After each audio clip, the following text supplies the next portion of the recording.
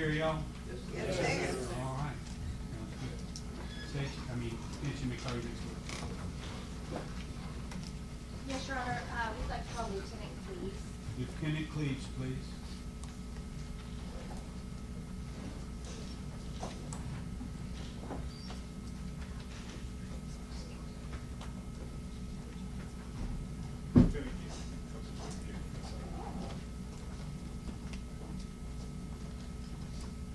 Lieutenant, if you step forward, please. Step inside the circle, face the judge, and raise your right hand. Sir, do you solemnly swear or affirm to tell the truth, whole truth, and nothing but the truth, so help you God? Yes. Have a seat, please.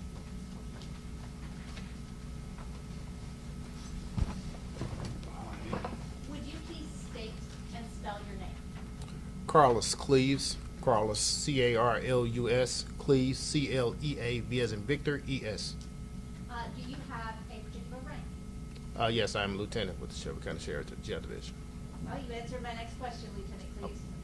Who are you employed with? Shelby County Sheriff's Office Jail Division. How long have you been in that position? I've been in this position probably, I want to say almost 10 years now. I'm gonna ask you if you speak up, because they're. I want to say at least almost 10 years now. Thank you, use that cop voice, that'd be great. Yes, And is that 10 years as a lieutenant? correct. How long have you been in corrections? 29, How long have you been in corrections with Shelby County? 29. And when I say corrections, that's specifically the jail, right? Yes, ma'am. Okay, so you've worked at 201 Poplar for 29 years? Yes, ma'am. Okay, now I want to draw your attention to October the 5th of 2022, okay? Yes, Do you remember that day? yes, Did you come up to the 5th floor that day? yes, I did. Can you please tell the jury about coming up to the 5th floor that day? Coming up to the jury when I got, I was responding to a code blue that was taking a long period of time. And when I got up there, everything was pretty much chaotic and people was everywhere, and it was just trying to figure out what was going on and get an understanding of what was going on. Who all was up there when you arrived? Off the top of my head, without, it was several different people up there, so I really couldn't just pinpoint who was all there at the time. Do you recall an inmate being up there? Yes, Do you recall anything about how did that inmate look? Was he clothed or unclothed? when I got there, he was unclothed. And were you in and out over by where that inmate was throughout the course of this? Yes, Did you observe Deputy Perry there? If you don't remember, that's okay. no, I don't. This was 4 years ago, right? Yes, Do you remember Officer Lawson being there? vaguely, yes. Okay. Do you remember Stevon Jones being there? Vaguely, yes. Do you remember Courtney Parra being there? Yes, vaguely. Okay. Now, you were the lieutenant that day, right? Yes, I was. Can you please explain to the jury how that works as far as the order of command on any particular shift? The order of command for as the lieutenant, a shift lieutenant, or you have a shift lieutenant and you have a captain over the ship. I was the shift lieutenant at the desk, which for as the assignments and giving out different assignments and for as where people are to work and to oversee the day-to-day operation of what's going on in jail. As the lieutenant, were you the ranking officer other right below the captain? Yes, I am. Yes, I was. Okay. Now, I'd like to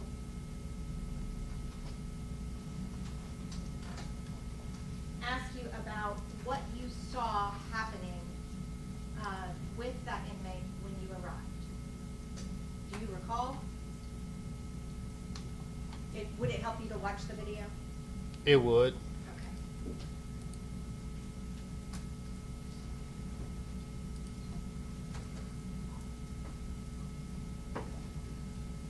Your Honor, this is what has been previously marked as Exhibit 5. Can you see okay on that one, or should I switch to one of the, this one is the clearer view, but it's further away. I have a closer view, but it's a little more distorted. That's fine. Okay. Do you see yourself in this picture right now? Yes. Okay. So we are at 4:52:08 time.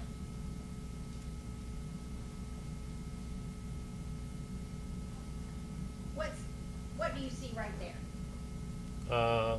Officers, they were struggling with the inmate. Okay. And,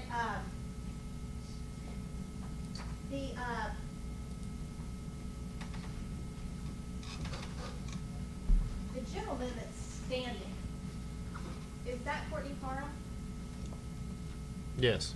right there? And the gentleman in the gray shirt right there, is that, Mr. Jones? Yes.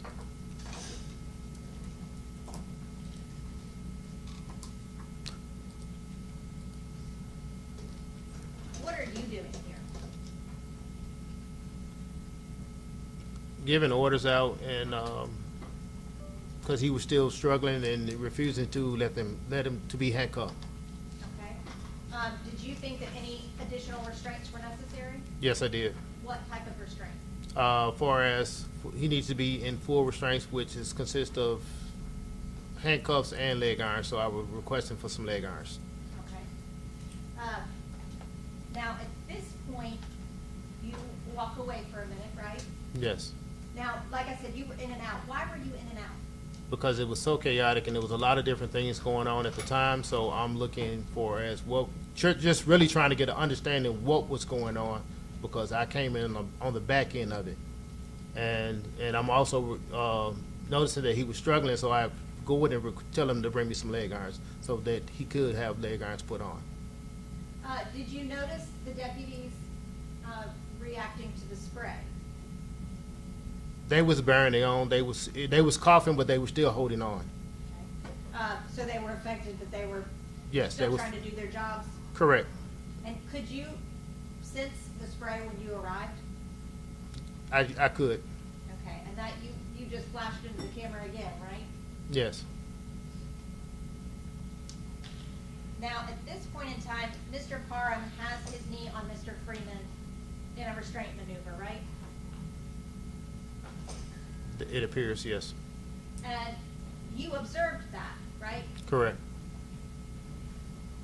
If you had seen Mr. Parham doing something outside of training that was putting someone in danger, what would you have done? I would have probably tapped him on his shoulder or something, tell him to readjust. Did you do that? No, I did not. Why? It wasn't a threat, or in the wrong position. When you say he wasn't a threat, who are you referring to? Officer Parham. Officer Parham was not posing a threat to Mr. Freeman? No. And is that maneuver a trained maneuver for correctional officers, Yes. particularly DRT? Yes. And that's placing the knee to hold someone down. Correct. Is that a maneuver that is utilized frequently? It is. When I say frequently, have you ever had to utilize that maneuver? Probably several times. Several, hundreds of times? Yes. And in your experience, have you ever had to hold someone down for an extended period of time?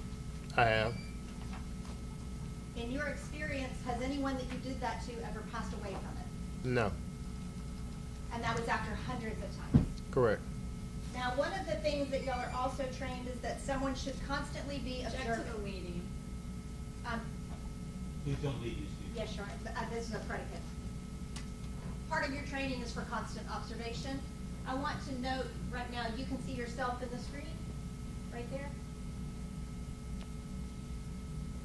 Is that you, this little, I can back it up just a little bit. Right as I paused it, someone walked in front of me. All right.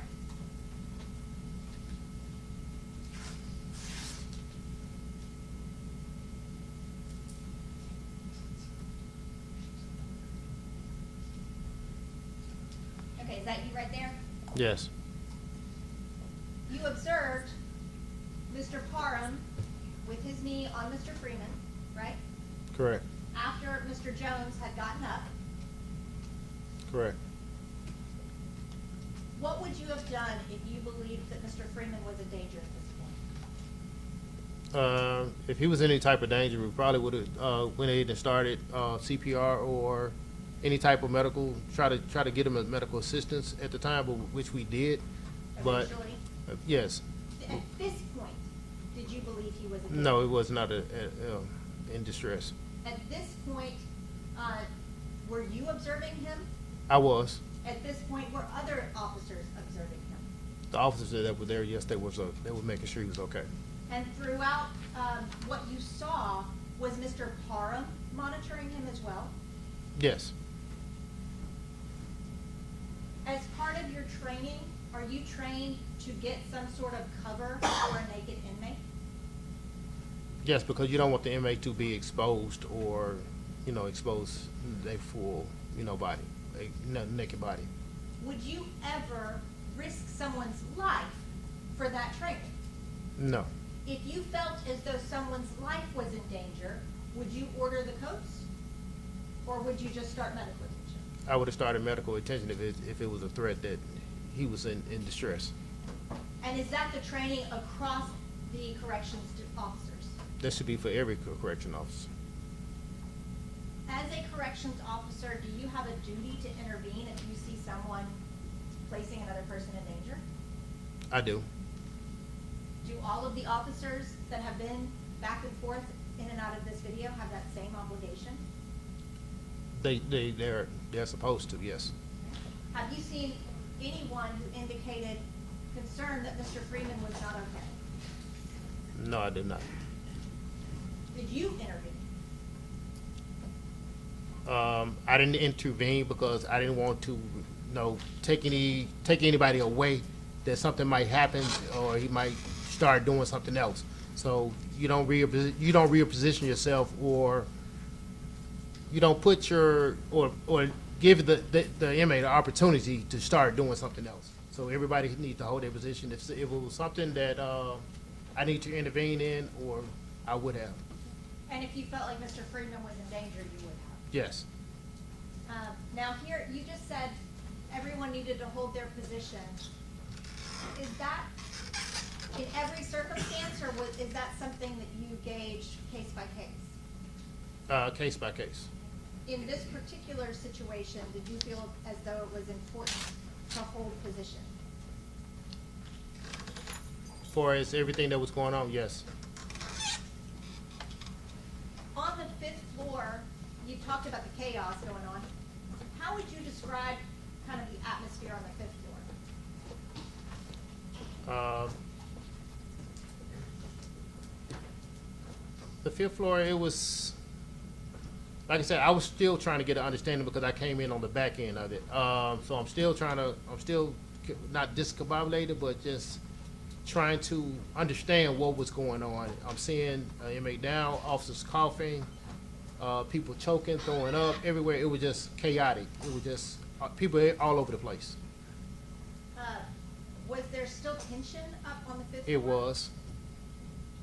Was it chaotic on the 5th floor, or was that only the 4th floor? No, it was still chaotic on the 5th floor as well.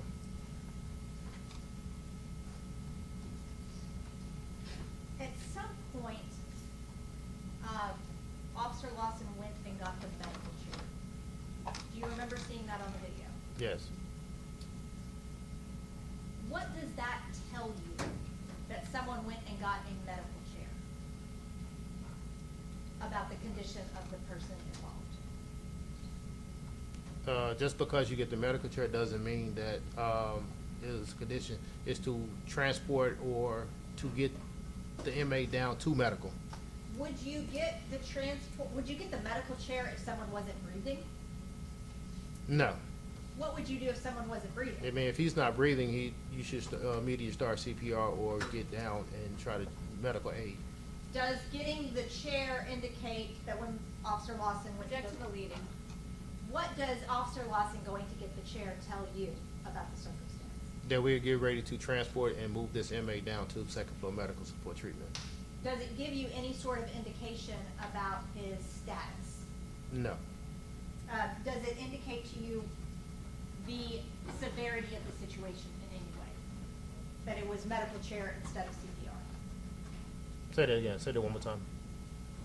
Does getting the medical chair to you indicate that the person was still breathing? Yes. And that's based on your training and experience? Part of the experience, yes. Now, after this, is one of your duties as a lieutenant to do on-the-job injury reports? Yes, I OJI did. reports? Yes. I mean, if it's someone brings it to me, yes. If any injuries arise, yes, it is for me to fill out the report. Did you have to do any OJI reports regarding this event? I did one OJI on Officer Davis. That Ebony Davis? Yes. And you watched this video? Yes. Is Ebony Davis the one who was swinging with the can? I have to go back and.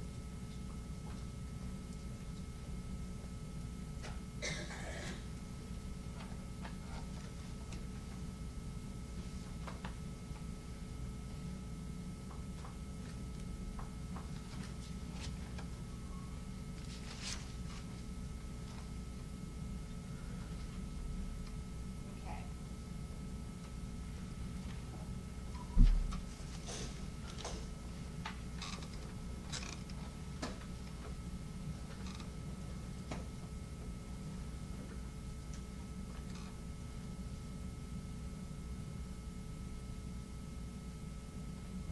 Is that Ebony Davis right there? I don't. Can you tell from the video? or I no? can't tell from that video. No. Why did Ebony Davis do it? Judge, can we approach? Yes.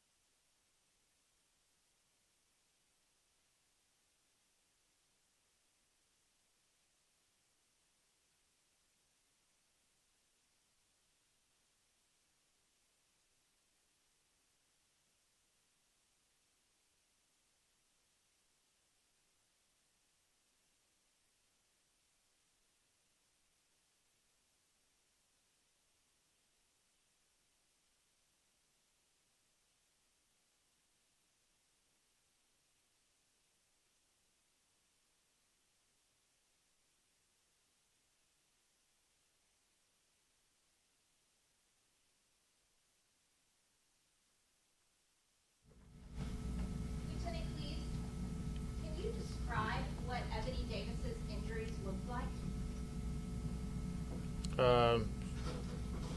She had a bite mark, real deep bite mark on her. I don't think it was a right or left leg, but on one of her legs. How did you know it was a bite mark? She showed me and she pulled up when she pulled up her pants. But how did you know it was a bite? You can see the imprint and the teeth marks.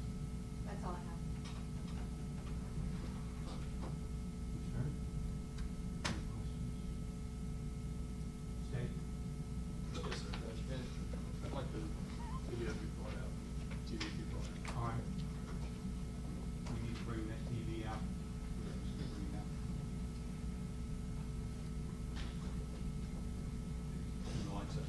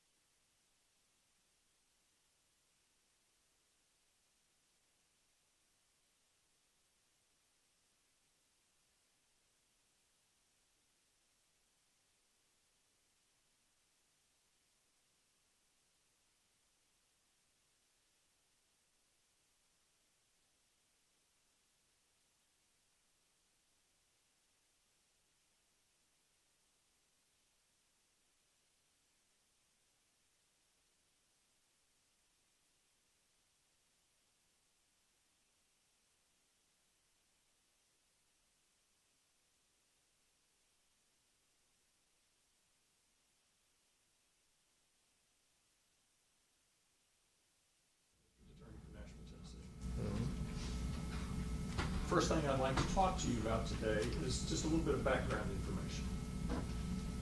Part of the background information I want to talk to you about is the 201 Poplar, which serves as a detention facility for people who are in custody, and some of those folks are waiting for court dates. Do you understand Correct. what we're talking about? Okay. Yes. Now, there are some 3,000 people staying over there, is that right? To my knowledge, yes.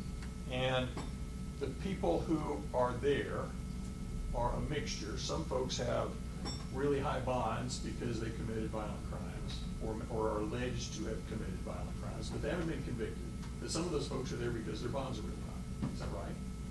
Yes. And some of the folks that are over there are just poor and they can't make any bond, any monetary bond. Isn't that right? I don't know their well-being, so I can't say that. So you can't say that some folks who are poor can't make any monetary bonds, so they have to wait for their court date. You cannot say that. Is that correct? I don't know if you're poor or not. I don't know. You don't know that there are any poor people in the jail. That's not for me to look into that. Yeah.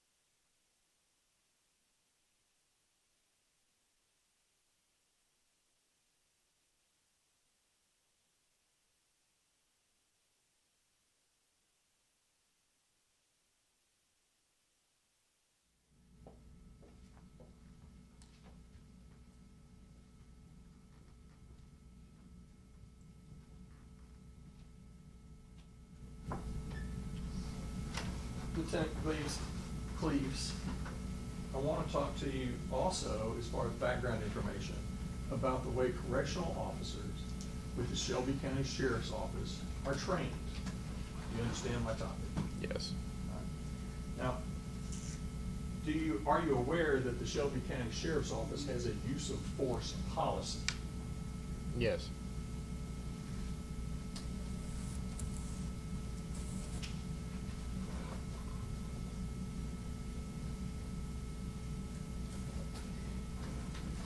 .10 subsection G.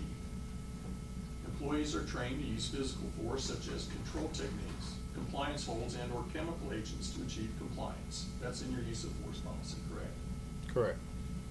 In situations where physical force must be used, employees are to exercise extreme caution when placing their body weight on an inmate, especially when holding them in the prone position, lying face down. Is that correct? Correct. You understand that, don't you, Yes. sir? Officers must be aware of the possibility that the inmate may be unable to breathe properly, which may cause asphyxiation. You understand that, sir? Yes. And you know that's part of the use of force training for your office. Mhm.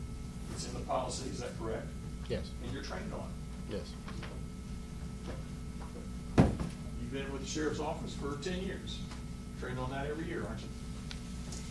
Use of force training every year. Yes. Is that correct?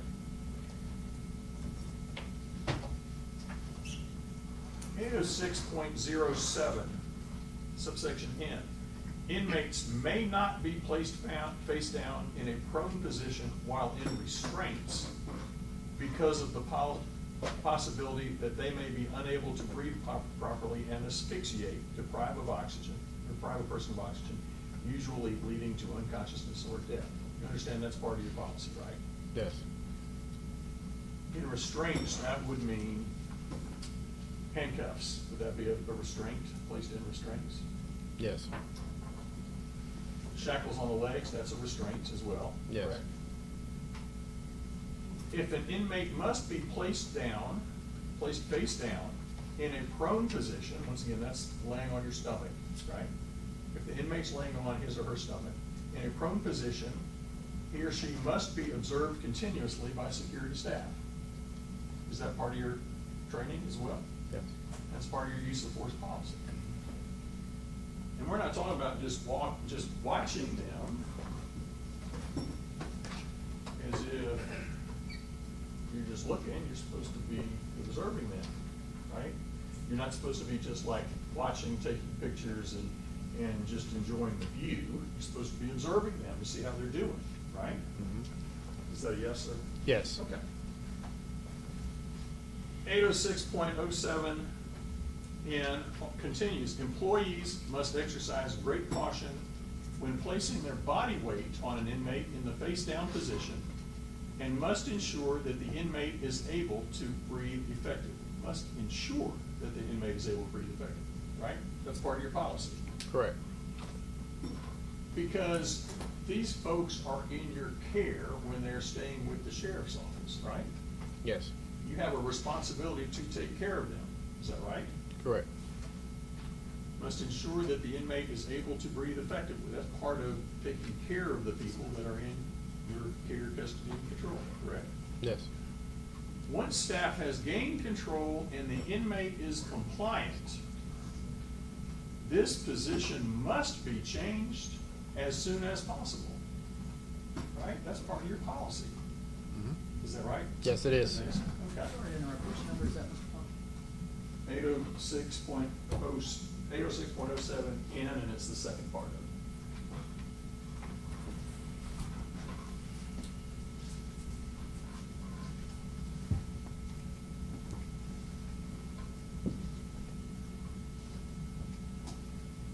Figure out where I can place this order, what block. How much do you-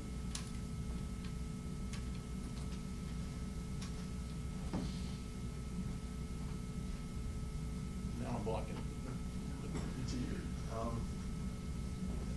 Maybe I can slide this just a little bit this direction.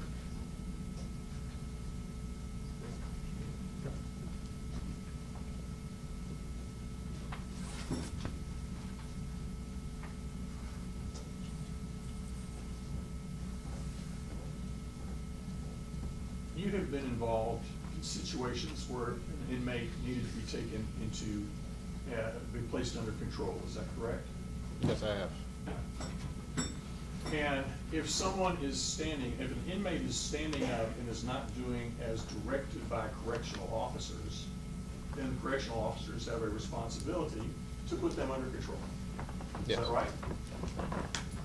Is that a yes to that question? Yes. Okay. And sir, is it your experience that most of the time when someone is not obeying instructions from correctional officers, in order to get them under control, you're gonna have to take them to the ground? Is that your experience? If they're posing a threat, yes. Well, let's say they're just saying, no, you know what, I'm not gonna get back in my cell. And you say, well, you need to get back in your cell, sir. And they say, no, I'm not gonna get back in my cell. Sometimes you can talk them back in the cell, is that correct? Sometimes. And sometimes you might be able to say, turn around and face the wall, and I'm gonna put some cuffs on you, and they're actually compliant. And they put their hands behind their back, and you're able to put cuffs on them. Is that right? Sometimes. Sometimes. It depends on the situation, yes. But sometimes, I'm not going. Right? And then do most of those situations end up where you just have to take them to the floor because they're not doing what they're supposed to be doing? Is that the way that works in the Shelby County Jail? No. It's not. How do you get somebody in control without taking them to the ground? It's a chain of command that we do, that we have to go, that we have to follow protocol, for as getting someone to actually talk to the inmate, for as CIT with the crisis intervention, and to talk to the inmate and try to talk them down. They've tried to talk to them and they still won't do as you have instructed them, then what do you do? And then that's when we go into effect, for as trying to get them to comply, or any type of chemical agent or use of force. Okay. And so, I'm not going. Somebody comes, talks to me, I'm still not going. Spray them in the face, I'm still not going, I'm not moving. Then you're gonna use force to actually take them into control. Is that right? At that time, once you deploy a chemical agent on him, you are to use some type of restraint to take him down, to subdue the inmate, to get him handcuffed. All right, so you take them down to the ground, and then you get them handcuffed. Is that right? Yes. Okay. So when an inmate is down on the ground,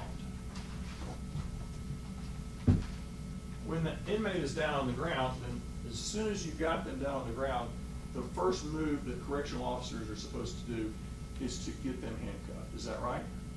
Yes. Once they're handcuffed on the ground, it's pretty much impossible for them to stand back up, isn't it? Can the inmates stand back up once they're on the ground in handcuffs by themselves of their own volition? I've seen it happen. You've seen it happen. Now, if an inmate is on the ground and in handcuffs and is starting to get back up and is somehow, amazingly, circuit performer, able to get close to standing up, how difficult is it to push him back onto the ground? They are trained to, they should have kept hands on at all times, some type of hands on. How difficult would it be if a person is handcuffed and is in the process of standing up for somebody just to push him back on the ground? It's Is that difficult?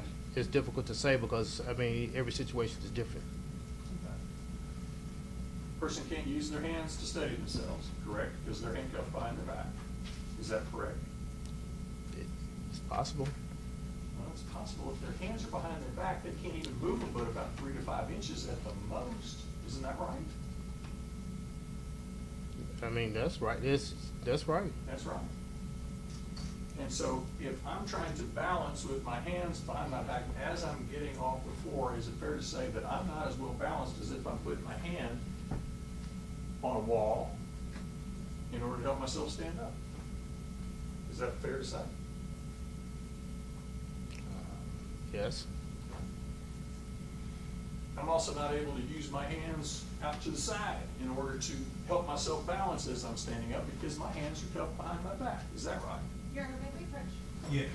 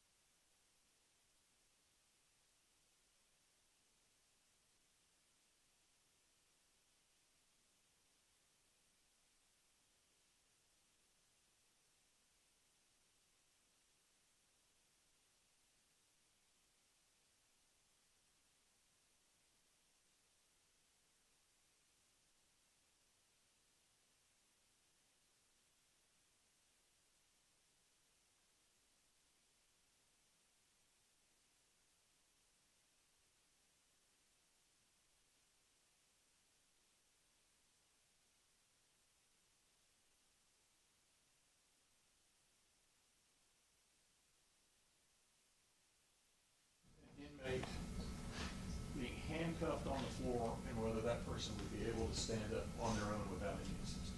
You remember that we were talking about that? Yes. And you said that there are some inmates that are able to do that. Is that what your testimony was? I say it's possible. It's possible.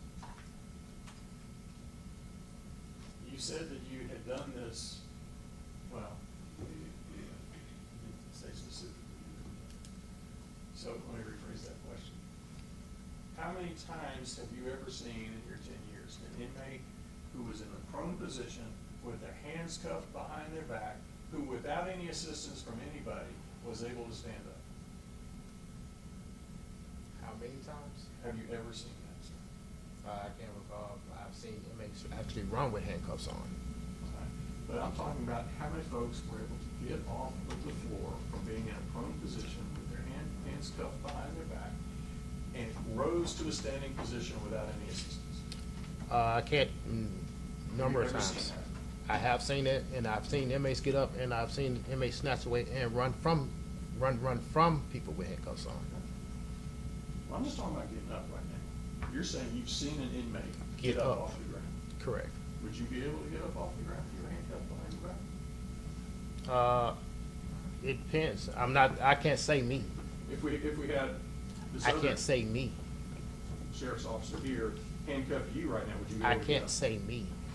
My question was, would you be able to get up? Is that a yes or a no? No, I probably wouldn't. All right. And if someone is getting up, how difficult is it to take them right back to the ground when they can't use their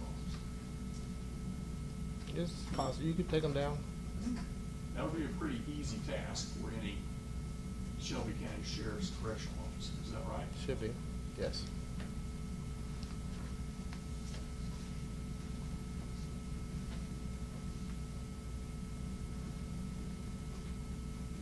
Now, once you've taken somebody down, and once you've put them in cuffs behind their back, you are supposed to have that position changed as soon as possible, because you want to make sure that they do not asphyxiate, right? Yes. Now, one recovery position is just, rather than get on the floor, if I was horizontal right now, is just to roll me on my side. That's a recovery position because it's easier for me to breathe once I've rolled on my side. Is that correct? Yes. So one recovery position is on the side. Another recovery position, once I've gotten to my side, is to lift me up and have me seated, because now it's even easier for me to breathe. Is that right? Yes. And then a last recovery position might be to actually have me stand up. Is that also a recovery position? Yes.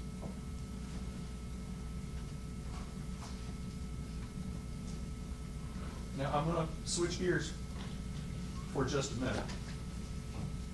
I'll take this down for the next portion.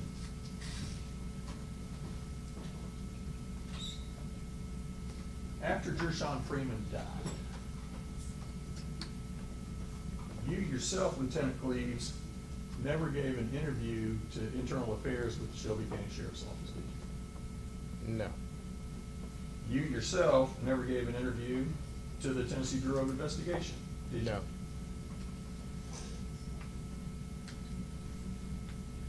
You were subpoenaed for this trial by the District Attorney's Office, is that correct? Yes. And when an investigator from our office, Mr. Steve Turner, called you to say that he would like to set up an interview on March 25th of this year, you just hung up on him, is that correct? I don't recall. Are you saying that you did not hang up on our investigator when we tried to talk to you? I don't recall, sir. So you're not saying you didn't do that, you're just saying, slipped your mind, you don't know? I said I do not recall. I said it slipped my mind. I said I do not recall. Okay. Do you recall showing up for this trial on August 3rd, just 2 weeks ago? Because your subpoena said to report on August 3rd, is that right? Reported whatever date that subpoena told me to report to. All right. On August 3rd, you met these two lawyers, Amy Hunter and Champley Frazier, didn't you? You met them. They approached you, they introduced themselves to you and told you who they were. Is that right? Somebody called me. I don't know who's who and what's what. They called me over to the side.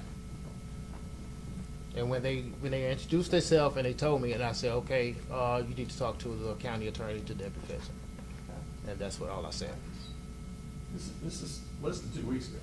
This is 12 days ago, right? It was Monday, August 3rd. Was it these two lawyers right here? Look at them. Is that who came up and wanted to talk to you?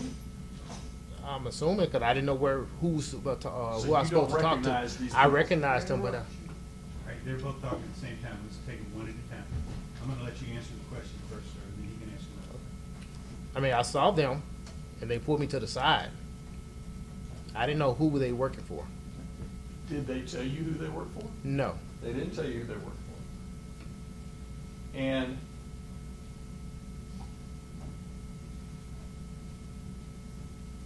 your response to them told them that you would not talk to them, they should call the county attorney who represents the Shelby County Sheriff's Office. After the fact. After they pulled me to the side. Now, you have talked to Ms. Fuchs before this trial, haven't you? Yes. And have you also talked to Mr. Irvin or Mr. Bartlett before this trial? Yes. Did they have to go through the Shelby County Sheriff's Office lawyer to be able to talk to you? I'm not sure who they went through. Did they contact you directly? Yes. And were you prepared to testify today by Ms. Fuchs and maybe by other lawyers? What do you mean prepared? Prepared. Did they go over with you what the questions would be, what their topics would be? Did they go over with you what your testimony would be today? Not necessarily. They no. never told you the questions they were gonna ask you? No. They never gave you a sample cross-examination, did they? No.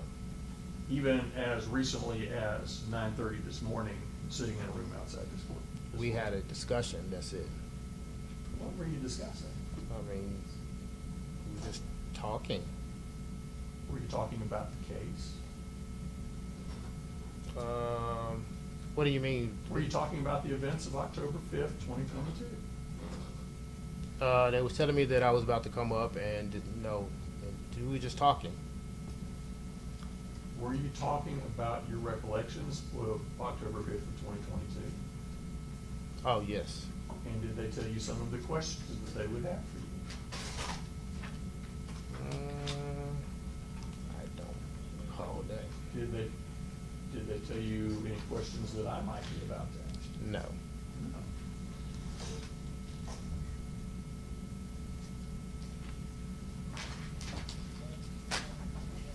So you may or may not have hung up on our investigator when he called you back in March to set up an appointment for us to talk.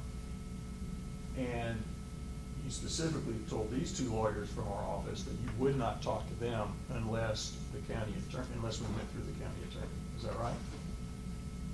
That's after they identified themselves, but they pulled me to the side. I didn't know who they were. So they identified themselves as assistant district attorneys who were prosecuting this case, and your response was, I'm not gonna talk to you unless you go through the county attorney. Correct. And they even asked you for your phone number so they could reach you later on after they talked to the county attorney, and you would not give them your phone number. Am I obligated to give them a phone number? Well, you can't ask him questions because you just need to answer his questions. Yes, sir. You refused to give them your phone number, is that right? You Yeah. refused to give them your current phone number on the first day of this trial. No, I did not give them my phone number. Now, after Gershun Freeman died, you were aware that the Shelby County Sheriff's Office hired outside counsel for all the Shelby County Sheriff's Office employees, is that correct? Repeat that again. After Gershun Freeman died, you were aware that the Shelby County Sheriff's Office hired counsel for all the Shelby County Sheriff's Office employees, is that right? No, I was not aware. Okay. You thought y'all were just being represented by the county attorney in his official capacity. Is that correct? Say that one more time. You believe, the reason why you told these folks to called the county attorney is you believe that the county attorney was representing Shelby County Sheriff's Office employees in his official capacity, not as a private lawyer, but as his official capacity. Gotta go through him. Your Honor, you may be confused because it's a her. Okay. It's a woman. All right. At one point, was the Shelby County lawyer a male?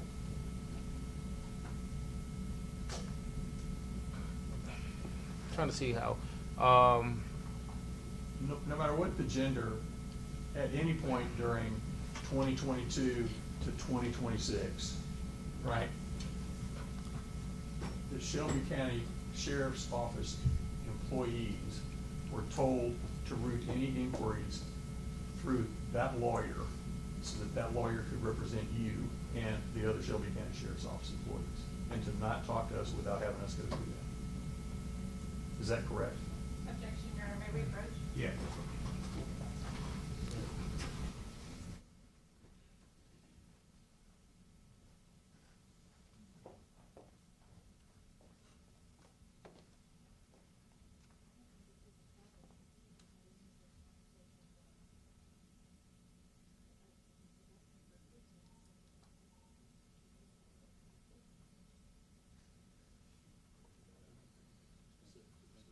Thank you, Your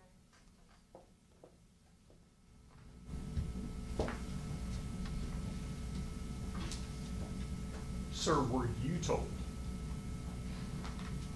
that if anybody from the Nashville District Attorney's Office attempted to interview you, you should not respond to that interview, but instead refer us to the lawyer for the Shelby County Sheriff's Office? no, I mean, 'cause I had nothing to do with this. And what I'm saying is, I only got a call, what, almost a year ago? So I had no knowledge If you of who to weren't- talk to and not to, who to talk to and not to talk to. Well, if you were never told that, why would you have said that to Amy Hunter and Champley Frazier when they wanted to talk to you a couple weeks ago? Why would you say, well, you gotta talk to the lawyer, call the lawyer first? That's Why not would you the, say that? that was after the fact that was after the fact. You said when Mr. Freeman died, After Mr. Freeman died. I was not contacted then. I only got contacted a year ago Okay. or so ago. It's probably a little bit farther than that. And at the time that you were contacted by our office, had you been told that if we tried to talk to you, to not talk to us, but to instead refer them to the Shelby County lawyer, or, yeah, the county lawyer? Yes.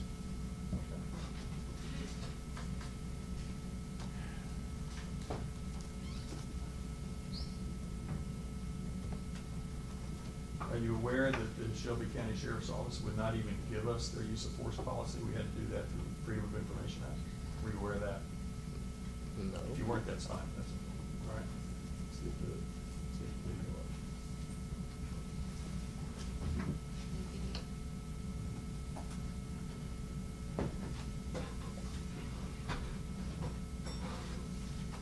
Sir, I want to show a video which is similar to what Ms. Fuchs showed you earlier.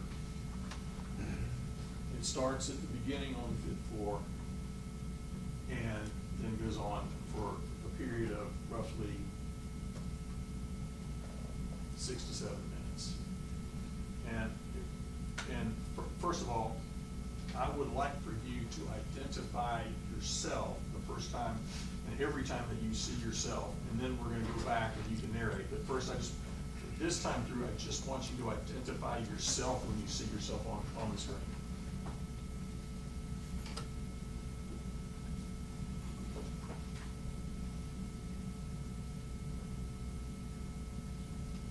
Press pause. Your Honor, Back it up. Just, this is not an evidence that I'm aware of. sorry. This E8 is not an evidence. It might be an evidence after this man's testimony. Y'all put the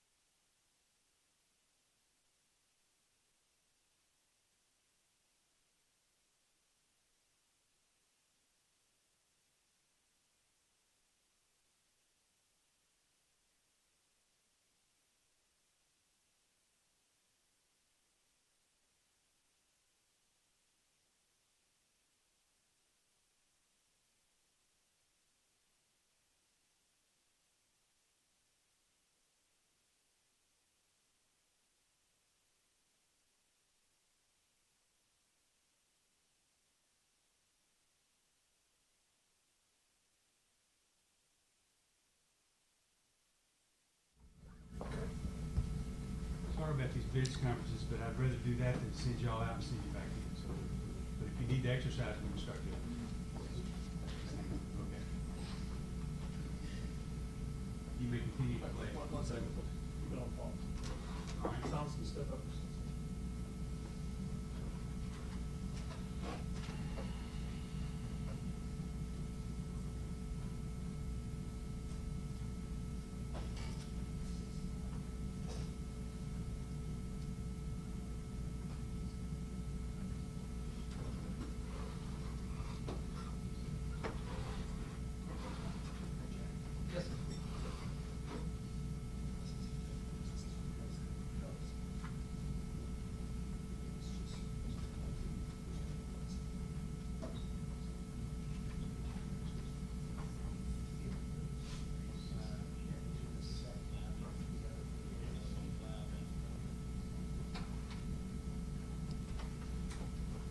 The record of witnesses, the attorneys have conferred again, and now they're returned. All right? All right. So, once again, Lieutenant Cleaves,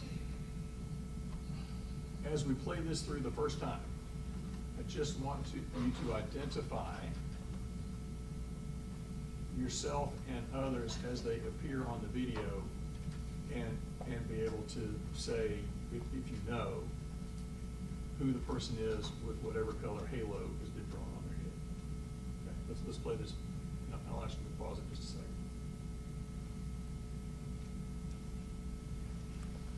Okay, pause. Lieutenant Cleaves, do you know who the person is with the white halo right now? No. You don't? Okay, let's go forward. Pause. Lieutenant Cleaves, do you know who the person is with the red halo? It appears to be Officer Lawson. Officer Lawson. Okay, great.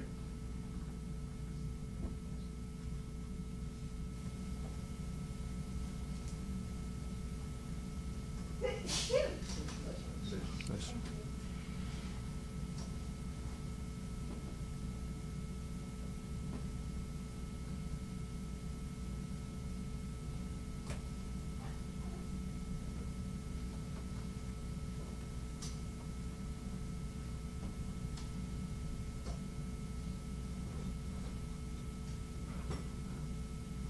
Pause. Lieutenant Cleaves, do you recognize the person with this blue halo? Myself? That's you.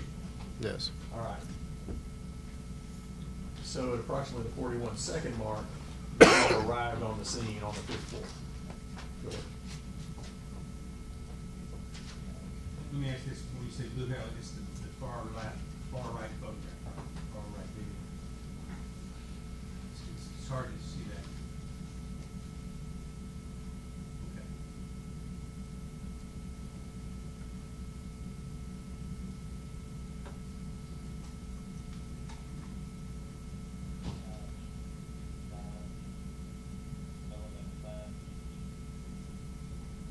Pause. Lieutenant Cleaves, do you remember where you went when you left right there?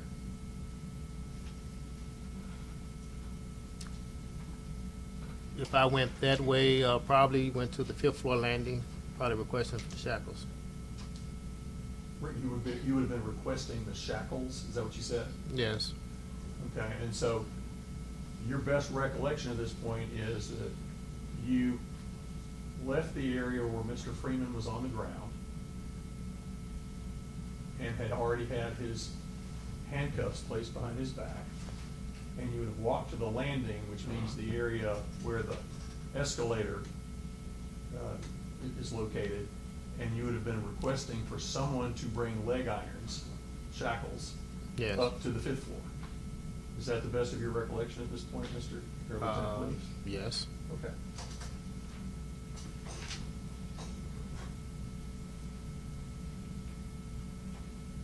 Go ahead.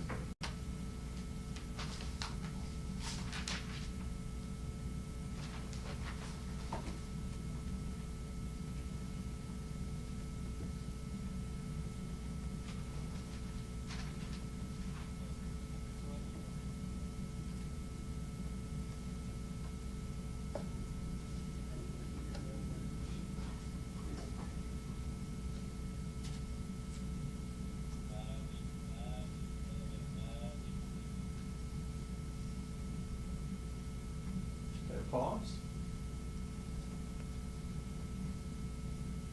Lieutenant Cleaves, you see that at this point, Gershun Freeman has been able to get himself onto his side, is that correct? Correct. Being on the side is a recovery position, is that correct? It is. You testified earlier that no one ever indicated that Gershun Freeman was not okay. But in fact, when he struggled to get on his side, he was telling everybody that he was not okay, that he needed to breathe when he did that. Isn't that right? I can't recall that. Well, you see it now that he's on his side and you testify that's a recovery position. Is that right? It's a recovery position, but as far as words, no, I cannot recall that. I'm not saying he was talking at that point, but would his body language and his actions indicate to you that he needed to be able to breathe? I'm not sure if he's trying to get up or he's still resisting. He's still moving.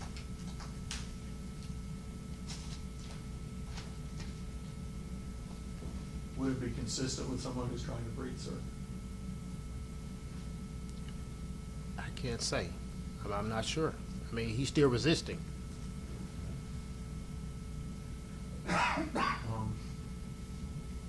Has he punched any officer in the face?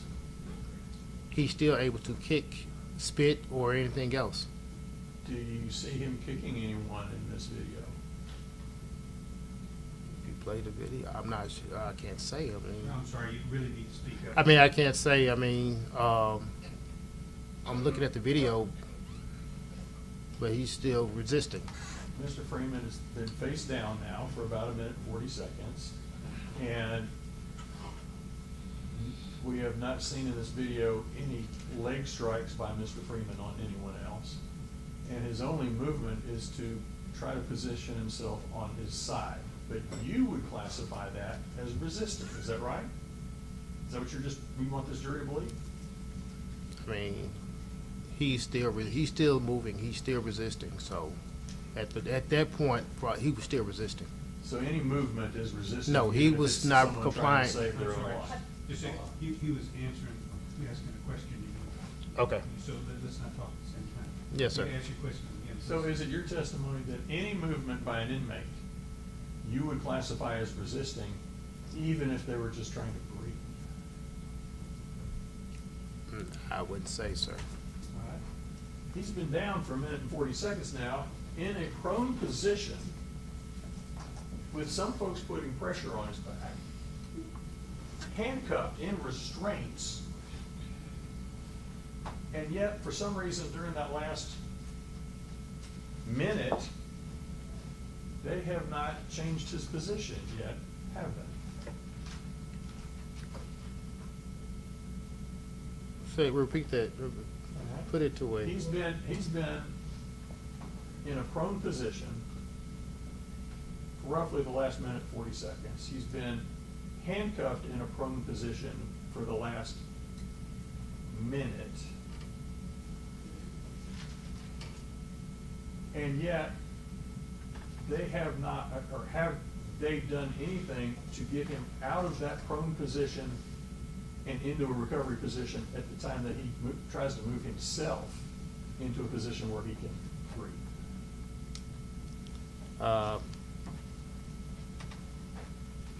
It appears that, I mean, they know to put him into a prone position, but evidently he's still at a threat. So they're still trying to control the inmate. All right, sir, let me ask you something. The man's in a prone position. He's got his hands cuffed behind his back. Right? Mm-hmm. You just told this jury that he's still a threat to the officers. Is that what you just said? It's possible. Okay. He can spit on you, or he can kick, or Let me ask you this, sir.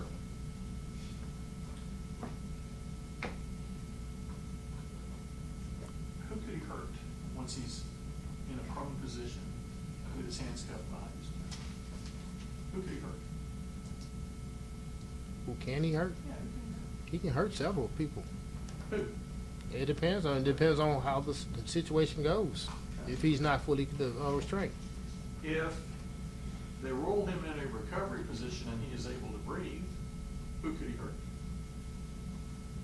I'm not in that position, so I can't, every situation was different, so I Please can't keep say. your voice up so they can hear you. I can't say, so I you're looking can't. at this video and Your Honor, this still ask right me, now. allow the witness to finish his answer, All right. please. You may finish your answer, but you need to understand, sir, see all the people in the back of the court, they need to hear too. Gotcha. You know, we talk to people up here, but we need to talk for everybody. Okay. Thank you, sorry for keeping, I've been telling everybody else this too, not just you. Okay. Who could he hurt? It depends on the, depends. In this video, who could he hurt? It depends on the situation. If he gets up, he can hurt a lot of people. If he gets up.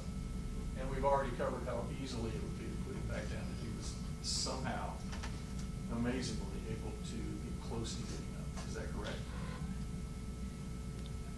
If you say yes. So, he's handcuffed. He could have been rolled into a recovery position. Is that right? Deputy or correctional officers could have rolled him into a recovery position once he was handcuffed. Is that an accurate statement? By the policy, yes. Is it an accurate statement for what you're seeing on the video? They could have rolled him, he's in handcuffs. He's handcuffed. Could they have rolled him into a recovery position on his side? I mean, if he's still struggling, no.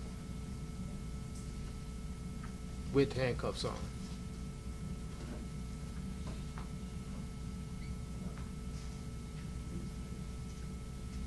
You have testified that he could have hurt anybody. In his handcuffed position, he could have hurt anybody. Is that right? Is that what you testified to? You can, it's possible. Let me ask you this, sir. If there is an inmate lying right here in handcuffs, in a prone position, is it fair to say that I've got control over him?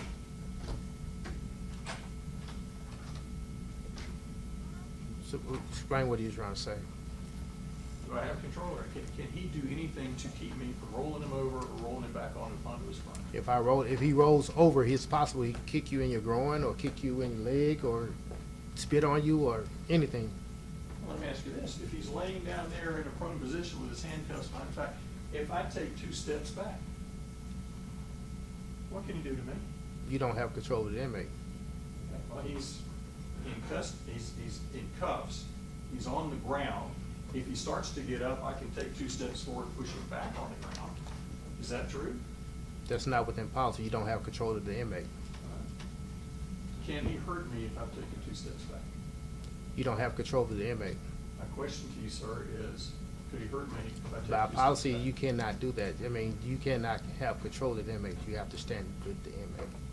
My question to you, sir, is Judge, let's ask and answer. it hasn't been answered yet. Well, he needs to answer the specific question asked. If I With a take- yes or a no, and then, or an I don't know, and then he can explain your answer. If I take 2 steps back, can he hurt me? I'm not sure. How could he possibly hurt me if I'm taking 2 steps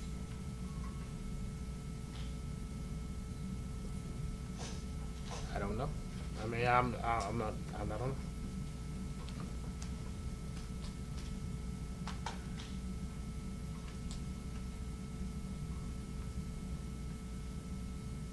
Would you be afraid that he might roll at me?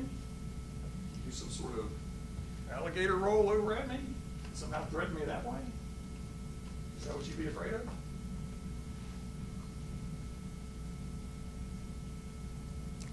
I don't understand. Just understand what you're saying. The question was, could he hurt me? And you said you didn't know. So I said, well, would you be afraid that somehow this man might have done some type of alligator roll over toward me? Would that have been a way to hurt me? I don't know if this Something I should inmate, be afraid of? I don't know if I'm gonna be with the possibility with as much what was going on, with much gas in him. I don't know if this inmate finna get back up and run or not. So I don't know. I can't say. Yeah, if I'm that far, I can't say I'm able to get a hold to him again if he jumps up and run with handcuffs on. you ever seen anybody just jump up from I a prone have. position with their hands cuffed behind their I back? have. Who? I have. Who? An inmate. Who? I can't give you, I don't know, I can't recall a name. You can't recall. What year? I can't recall a Did you year. see someone go from a prone position straight into a standing position while they were handcuffed I have seen it happen. behind their back? I have seen it happen.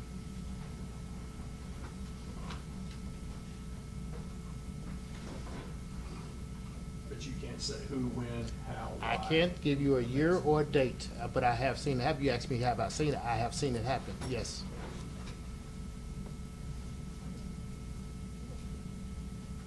I'm gonna make sure I understand this. I'm gonna do it over here because I need to stay. If your testimony is that you have seen an inmate in this position jump straight up and land on their feet. And this ain't jump straight up. Okay. Get straight up and land on their feet. I have seen it happen. You've seen that happen.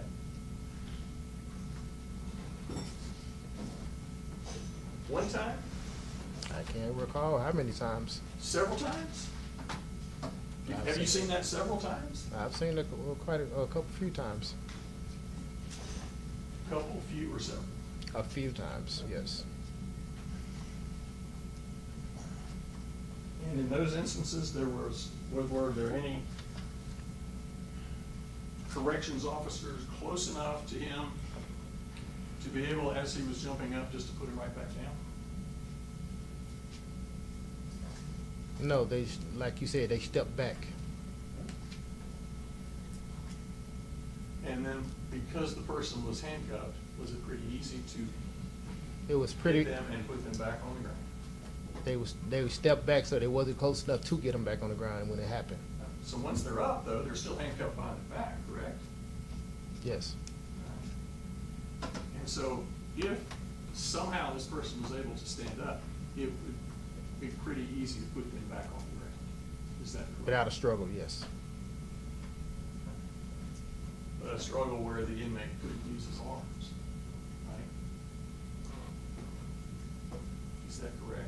A struggle where the inmate could not use his arms during the struggle because they were handcuffed behind his back. Is that right? Yes. You've heard the term fights and fair fights, haven't you? You know what's a fair fight and what's not a fair fight. Never heard Is that it a term. fair fight for one person who doesn't have their hands in handcuffs to fight somebody whose hands are in handcuffs? Is that a fair fight? You fair or fear? Fair. Fair. Answer your question. I didn't know what you were saying. Who would you take in that matchup? If you're looking at a matchup when somebody's got their hands cuffed behind their back versus somebody who doesn't have their hands cuffed behind their back, who are you gonna take in that fight? Who do you think's gonna win that fight? I don't know. You don't know.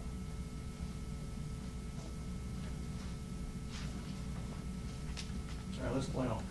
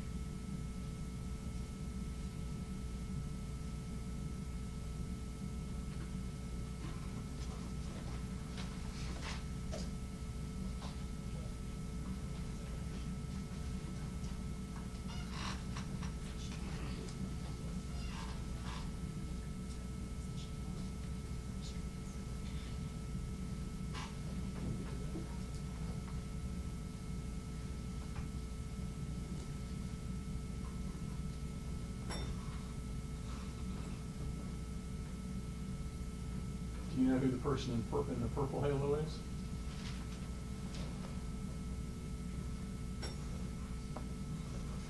Not through the bars, I guess. I can't tell who that is.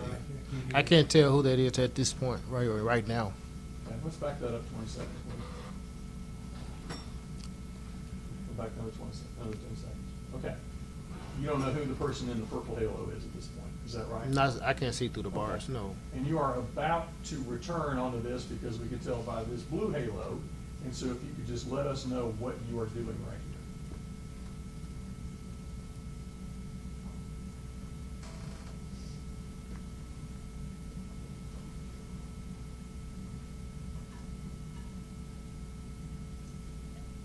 Okay, stop. What were you doing? Checking on the inmate and checking on the officers, making then. Who brought Mr. Jones the leg restraints? I did. You did. Now let's back it up, total 30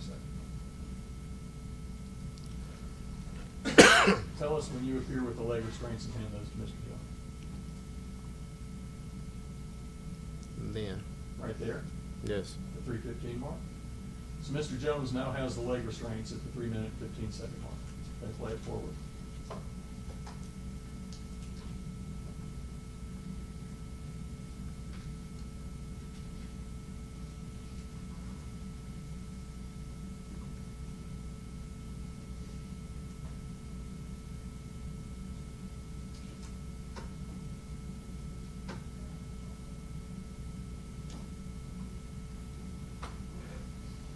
Stop, please.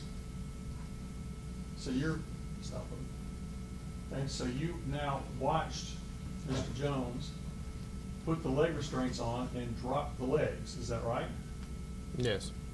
And you saw those legs just fall once he dropped them. Did you see that? I can see the video, yes. And you were looking right at that scene in real time, but you can also see it on the video. When he drops the legs, they just drop. I can see the video in real time. I didn't, it was so chaotic and stuff going on. Okay. All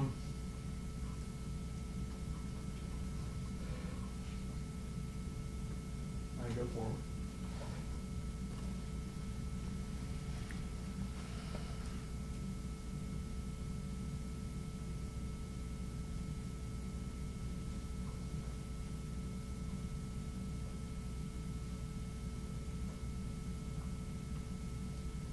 Stop, please. You are now out of the frame. Where'd you go? I'm trying to get the door open so we can, so everyone can get some air and try to get, I'm assuming that's where I went, because after that, the door came open. The first time you left, you had told them to get leg restraints and that you were gonna go get them, right? I didn't personally go get them. No, I did not. You told them to get leg restraints. Yes, I gave them. You left the scene for some period of time, and then at some point you came back and gave the leg restraints to Mr. Jones. Is that right? Correct. Right. Now they've got the leg restraints on. Did you give them any other instructions before you left right then? No, I did not. Okay. Let's go forward.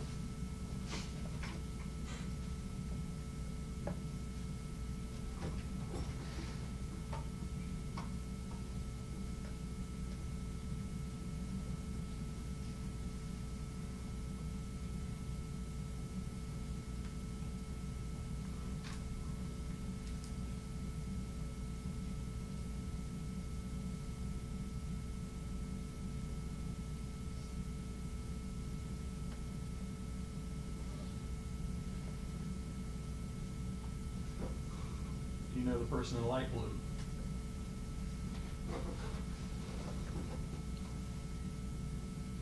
It appears, it appeared to be DRT Scott. Please speak up, sir. I said it appeared to be DRT Scott. It appears to be.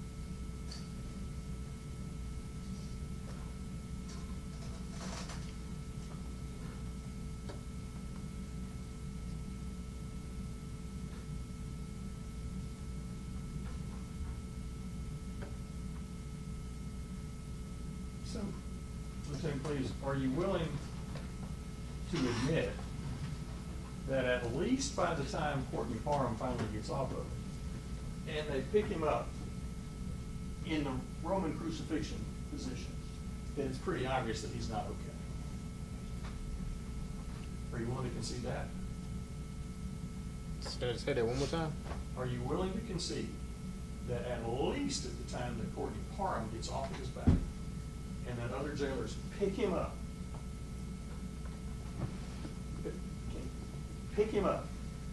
into a position similar to what would be a Roman crucifixion? Objection, No, Your Honor. I'm not gonna. Well, I'm sorry, just a second. May we approach? Yes.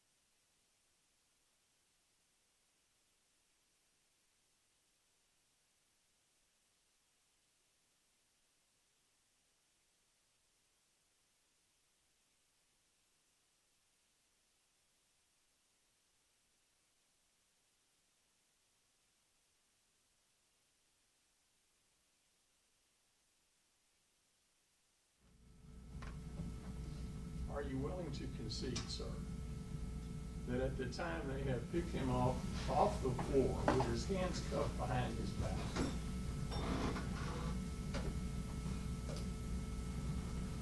that it's obvious that he was not okay? Are you willing to concede that? No, because I wasn't in that frame, no, sir.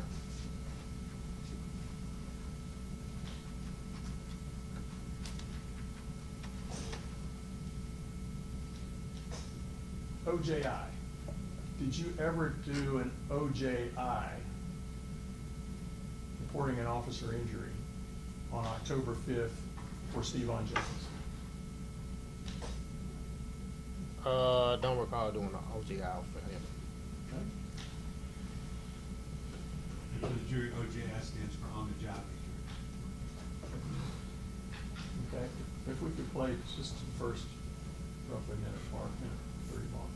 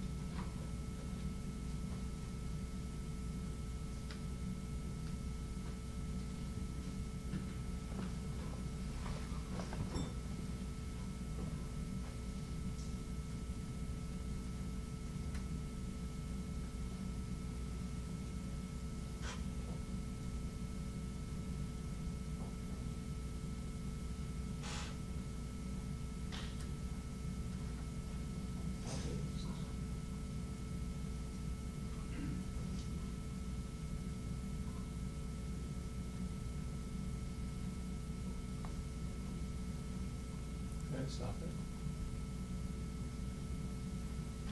Lieutenant Cleaves, from the time that Mr. Jones got cuffs onto Mr. Freeman, and the time that he was controlling him from a position toward the bottom of his back, all the way to the time that Mr. Jones got off of Mr. Freeman, did you ever see Mr. Freeman grab Mr. Jones's testicles?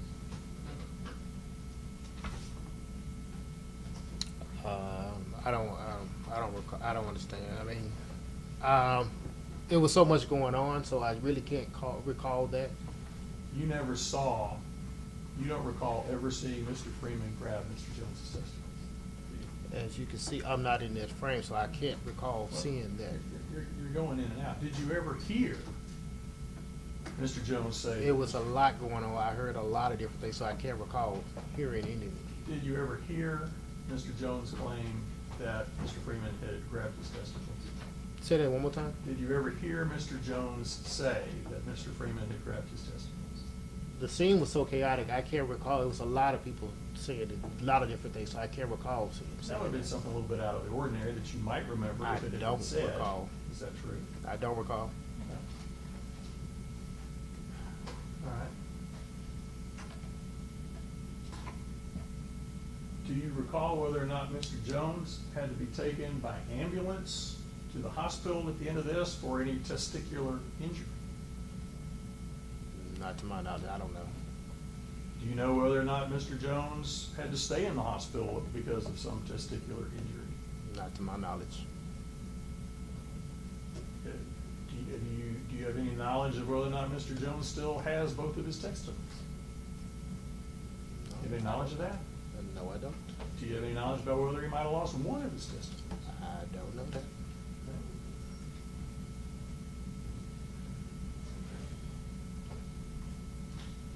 We're gonna play this video, and I'm not gonna interrupt.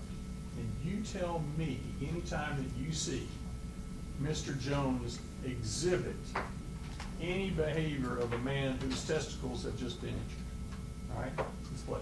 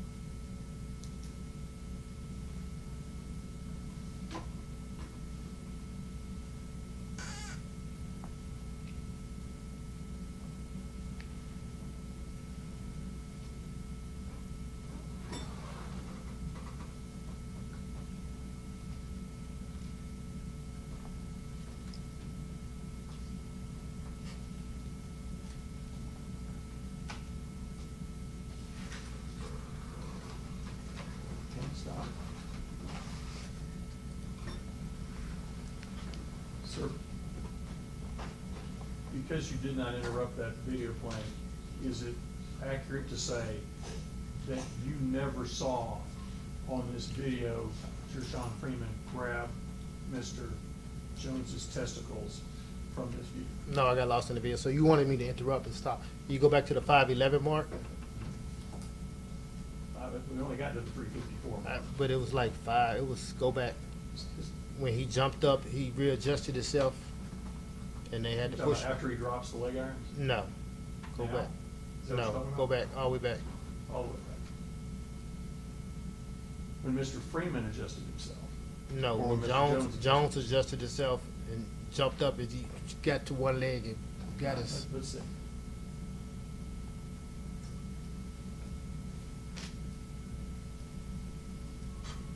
Go back a little more.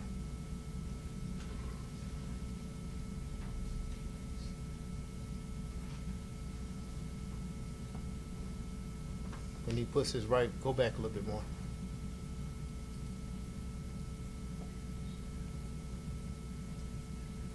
No, not that. Go back even further. Go back down. No, it's not. Let's give Lieutenant Cleaves all the time he wants.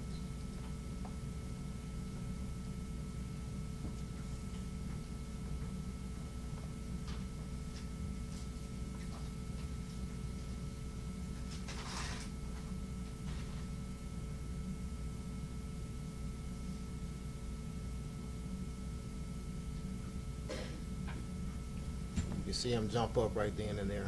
That's when he rolled over and he adjusted himself and then pulled his leg up. Is that the only thing that you see that could indicate that? You ask, that's what I see that would make you jump up and move your. Let's pause it. Yes, sir. And here again, if you could speak a little louder.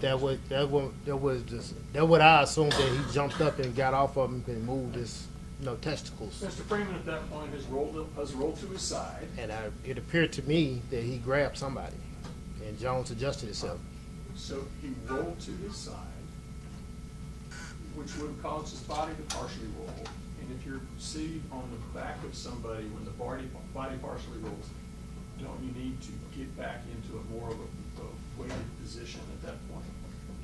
Say that one more To time. control, once, if somebody's, if I'm laying flat again, Mhm. somebody's sitting on my back, or I'm sitting on somebody's back, and they roll and my hips move, wouldn't you need to then move yourself in order to maintain the control? Not in that instance, no. All right. Are you saying that you could see Mr. Freeman's hands? I can't say, you asked me, did I see a position where Officer Jones jumped up for some apparent reason off of the inmate to allow him to do that. So evidently something happened right then. Could you, well, we know that at least one thing happened because we know that Mr. Freeman rolled on the side, is that correct? He rolled on the side, but you asked Mr. me Freeman that. rolled on the side. And we know that Mr. Jones changed position at the time that Mr. Freeman rolled on his side, correct? Because that's what you just said, he changed position. He did. Right. Is that the only thing in this entire video that you would say might be consistent with Mr. Freeman grabbing the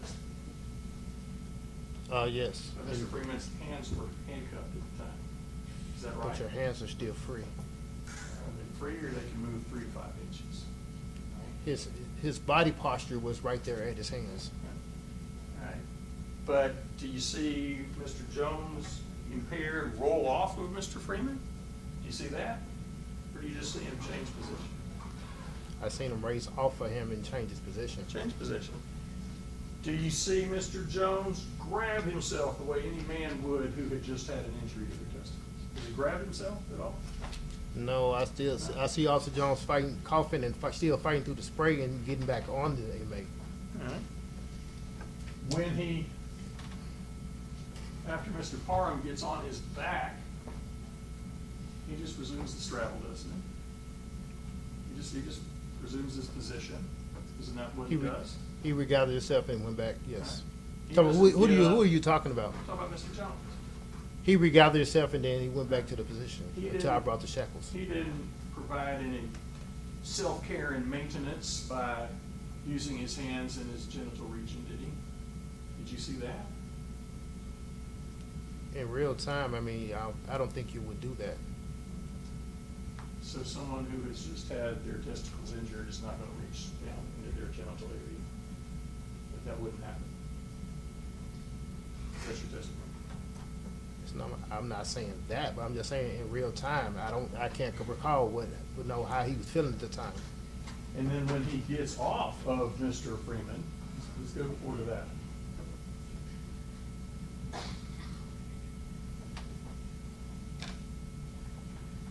At this point, he's not grabbing himself or doing any self-care to his genitals. Is that right? I can't say. I don't.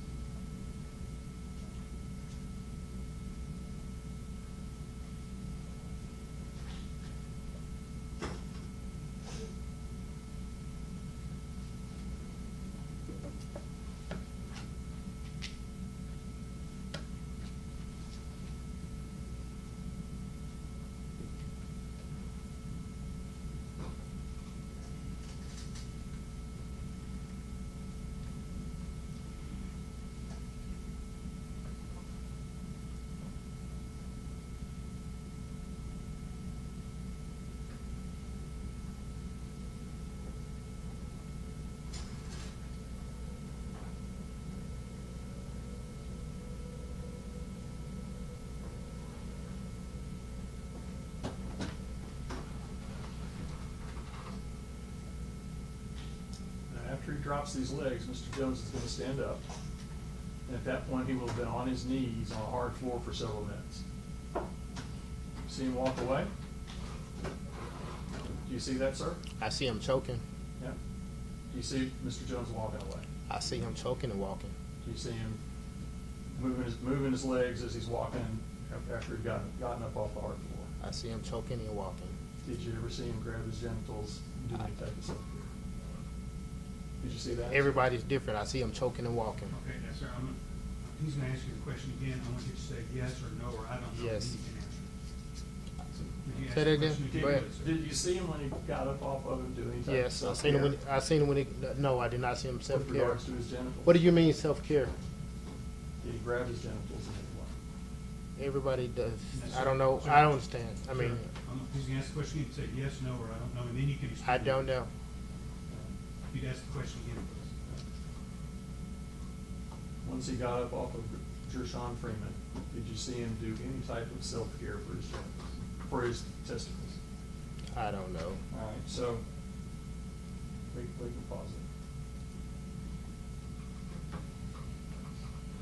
So you don't see on this video any situation where you can tell Gershun Freeman has grabbed anybody's testicles, is that fair?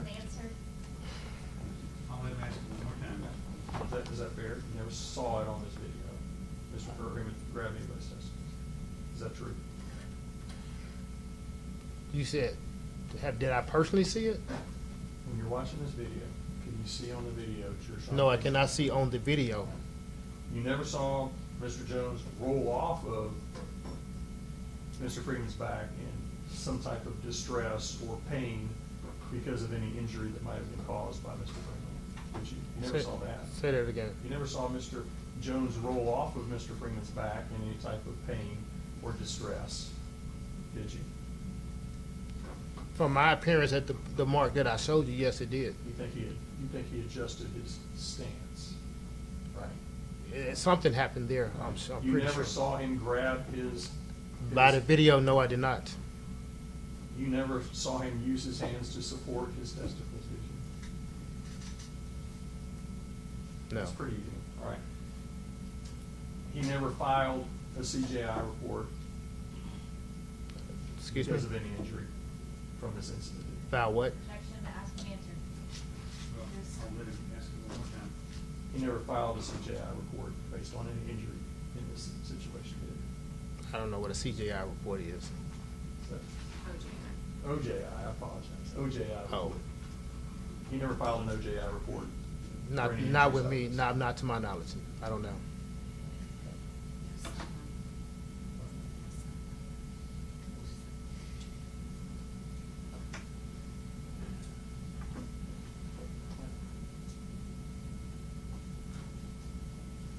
Lieutenant, let's talk about exercise. Employees must exercise great caution when placing their body weight on an inmate in the face-down position. And that, of course, is in conjunction with the statement about you don't put anybody in a prone position while they're in restraints. And Mr. Jones was on top of Mr. Freeman. Could you see any gap between Mr. Jones's body and Mr. Freeman's body? Were those bodies flush against each other as he was on top of Mr. Freeman? I'm not sure. Did you see any? I mean, I can't see, I didn't, Did you see any daylight between his body and Mr. Freeman's I body? Not don't that there's daylight inside 201 Park. I don't recall. Okay. All right, now let's talk about what you did and didn't do. You are the one. Yes? All right, let's take a recess, please. We'll discuss the case with anybody else. We'll get back with you in just a few minutes. Clipboard in your chair, face down, please.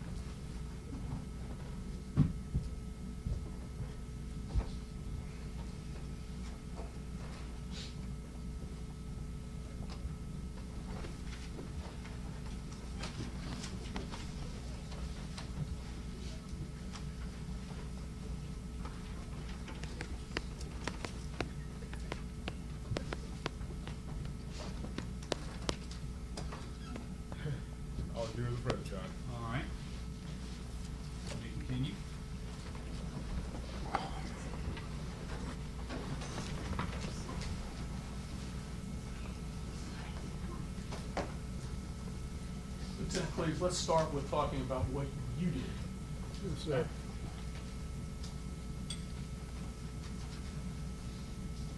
You observed Mr. Jones get Mr. Freeman into a position where he was prone and in cuffs and on the ground, is that right? You observed that. That's one of the things you did, you observed. Yes. And then, at some point after Mr. Freeman rolled onto his side, you then told Mr. Parham and Mr. Jones that you were directing them to put leg restraints on Mr. Freeman. Repeat that again? Once Mr. Freeman rolled onto his side, you told Mr. Jones and Mr. Parham to put Mr. Freeman in leg restraints as well. Is that true?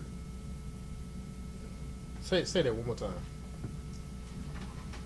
When Mr. Freeman rolled on his side,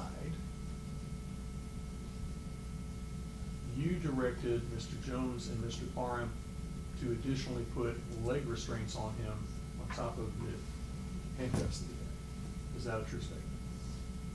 No, I had already requested for them to bring some shackles up, or restraints, So you leg restraints. had said that even before Mr. Freeman had rolled on his side?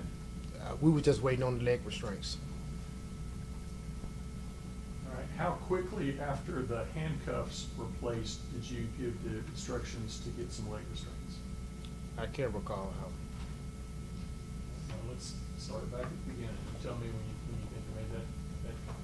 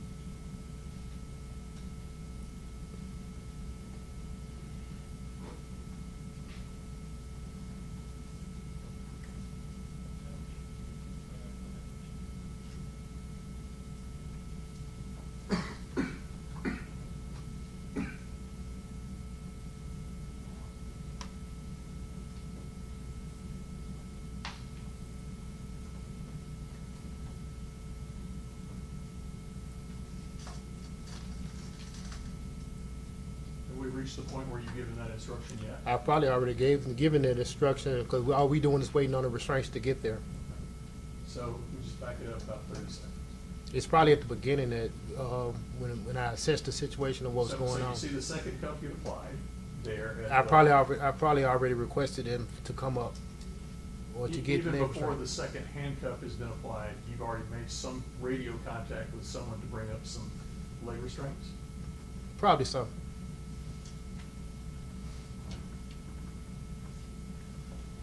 And that would have been done at roughly this point or slightly before this point? It's probably slightly before then, but I just really can't, probably before then. All right, but that was a call that you made as the lieutenant, is that right? Correct. And you would have communicated that not only into your radio, but they would have heard you say that? Or Who did you would- speak once into your radio to get somebody to bring up some leg restraints, and then you tell them, hey, I'm ordering some leg restraints, let's put some leg restraints on Mr. Freeman? Is I it don't- two different actions, or is that one action? I don't recall telling them, probably didn't tell them. You didn't tell them, that was a secret to them. I didn't say it was a secret, but no, I don't recall. You don't recall telling them that you wanted them to put him in leg restraints? They probably heard me calling for restraints, but I don't recall telling them.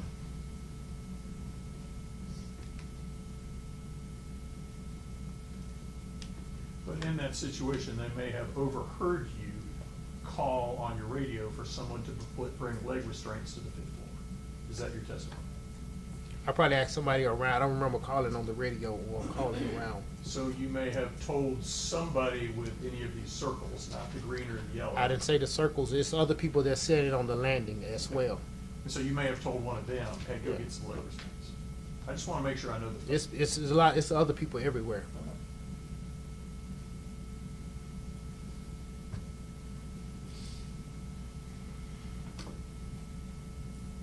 Did you ever tell Mr. Jones and Mr. Parham not to let Gershun Freeman breathe? I can't recall. No, I don't. No. Is that I'm something? sorry. No.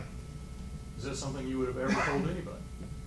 Repeat the question. Did you ever tell Mr. Jones or Mr. Parham to not let Gershun Freeman breathe while they had him down on the ground? No. Did you ever say, don't let him breathe until the leg irons get here? Did you ever say that?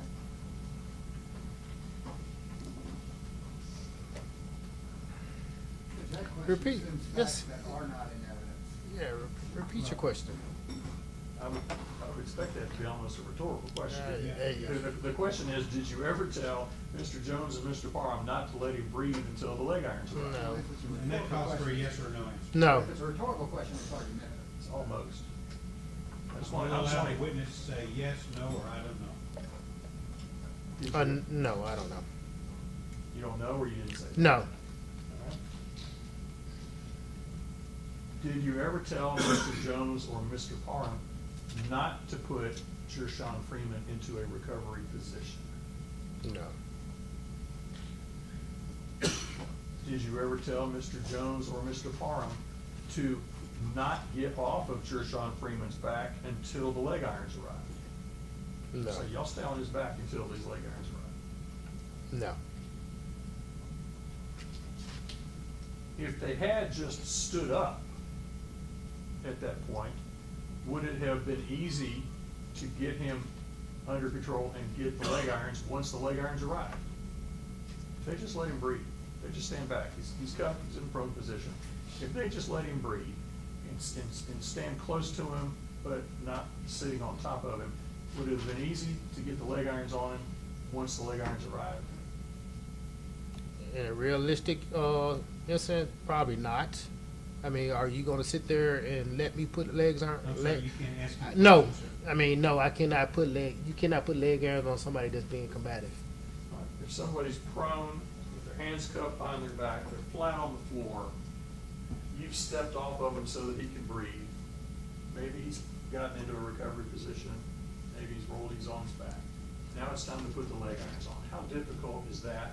Just to put body weight, body pressure back on him, get the leg irons on him, and get off again. Is that a hard thing to do?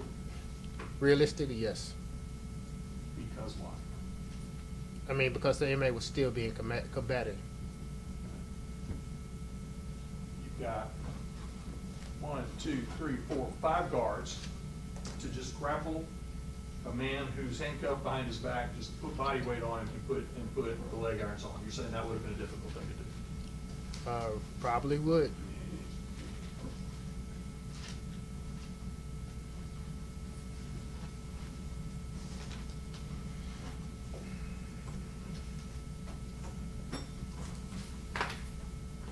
This policy right here taught everybody in the jail, change position as soon as possible because they don't want this person to die from asphyxiation. Isn't that what the policy says? As soon as possible.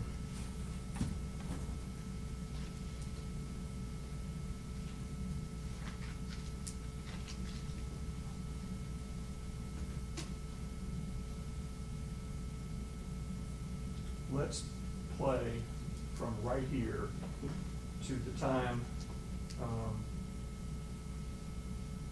when Steven Jones gets up off of his back.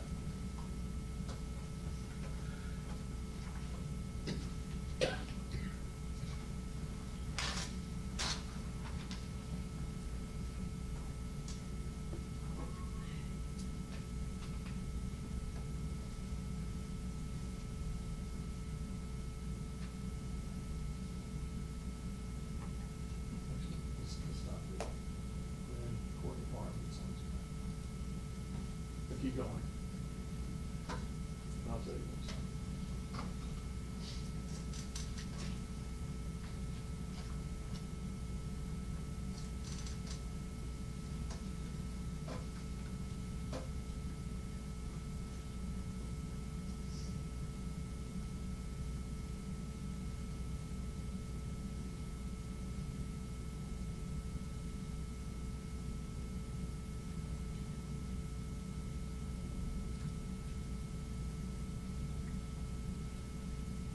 that point, Courtney Parham has just gotten onto Mr. Freeman's back.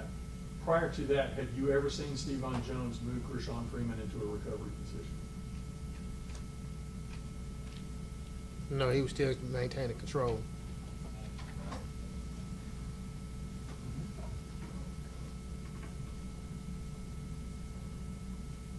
Are there positions where you can maintain control over someone who has their hands cuffed behind their back and still assist them into the recovery position? If you're in a position as he was, why would you readjust yourself to lose control? So, No. well, you cannot ask him any Okay. questions. You have to answer. I thought it was in order not to lose control. No. So there's no way, if a person is handcuffed behind their back, to gain control over the person and move them into a recovery position at the same time. Is that your testimony? The way not to readjust, not at that moment. No. Now let's go forward, and when Stevon Jones gets up, let's talk about Courtney Parham.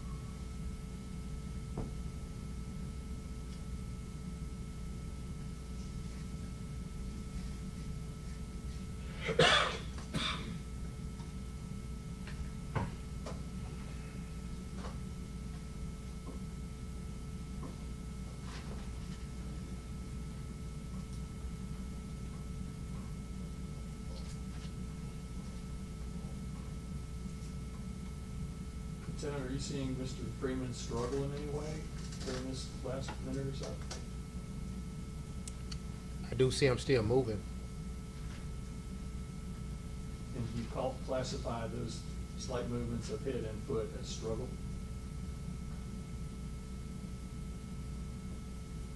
I still see him moving. I mean, The question is, do you consider that to be struggle? say that one more time. Do you consider those slight movements to be struggle? It's a possibility, but he's still moving.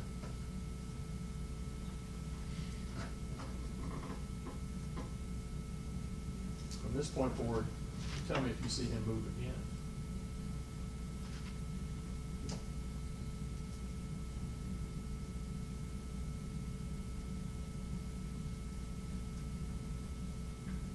Okay, let's pause. Over those last 20 or 30 seconds, you did not see Mr. Freeman move again prior to Mr. Jones getting up off of it. Is that accurate? I can't say. All right. Now, before Mr. Jones gets off of Mr. Freeman, from the time that Mr. Parham gets on Mr. Freeman and Mr. Jones is still on Mr. Freeman, did either one of those men move Mr. Freeman into a recovery position? Did you see that at all? No. Let's go forward while Mr. Parham is on top of Mr. Freeman.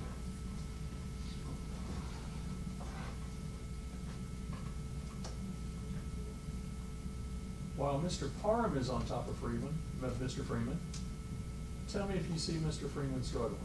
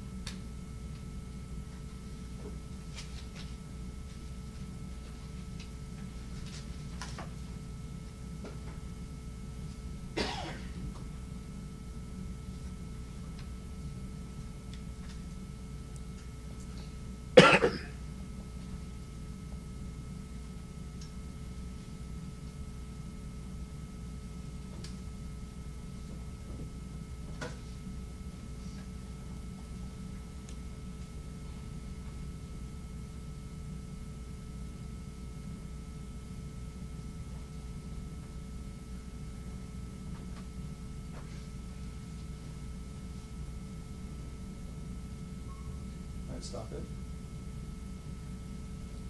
During the time that Mr. Parham was on Mr. Freeman and Mr. Jones had gotten off, did you ever see Mr. Freeman struggle?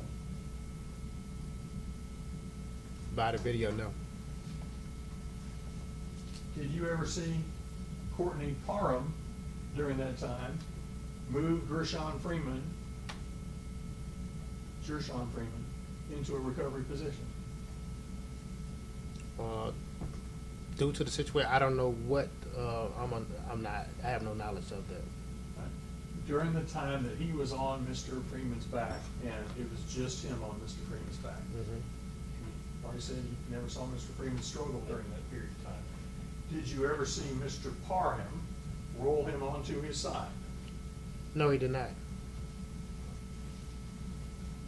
Did you ever see Mr. Jones come up while Mr. Parham was on Mr. Freeman's back and roll him onto his side?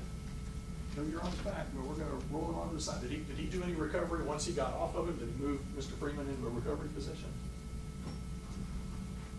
No, Mike, they still maintaining, Mr. Jones walked around. Mr. Jones did Yes. not re-engage with Mr. Freeman and attempt to get him into a recovery position during the time that Mr. Parham was on his back by himself. Is that fair to say?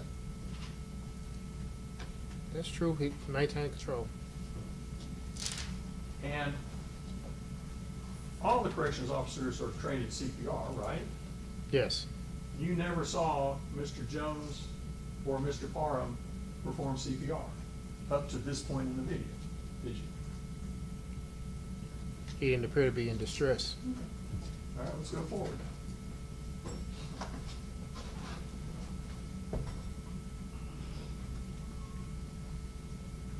To you, does Mr. Freeman still not appear to be in distress? I'm not medical, I can't determine. Do you see any signs of life, sir? I'm not medical, I can't determine if he was still breathing. Are you saying that you looked for his chest to rise and fall while it was in that position?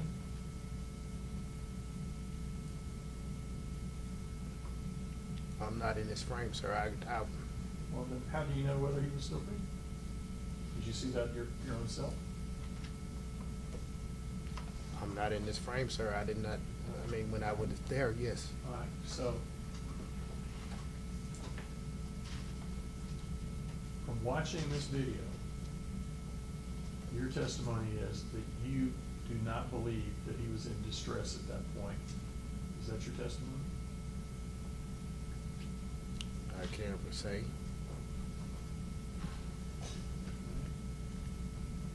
You ready to stop it just a second?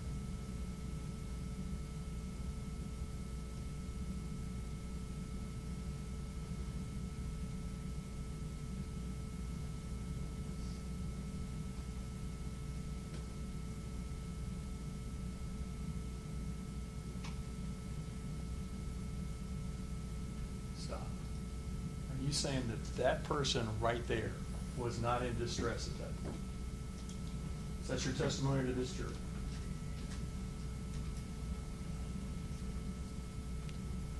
During this time, I think they called a code white, so.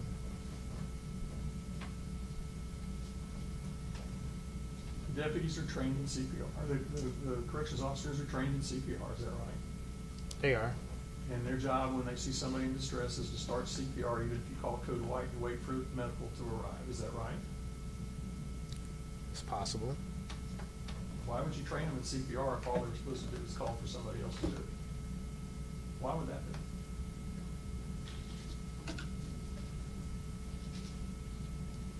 Do you have an answer for why that would be? No, I do not.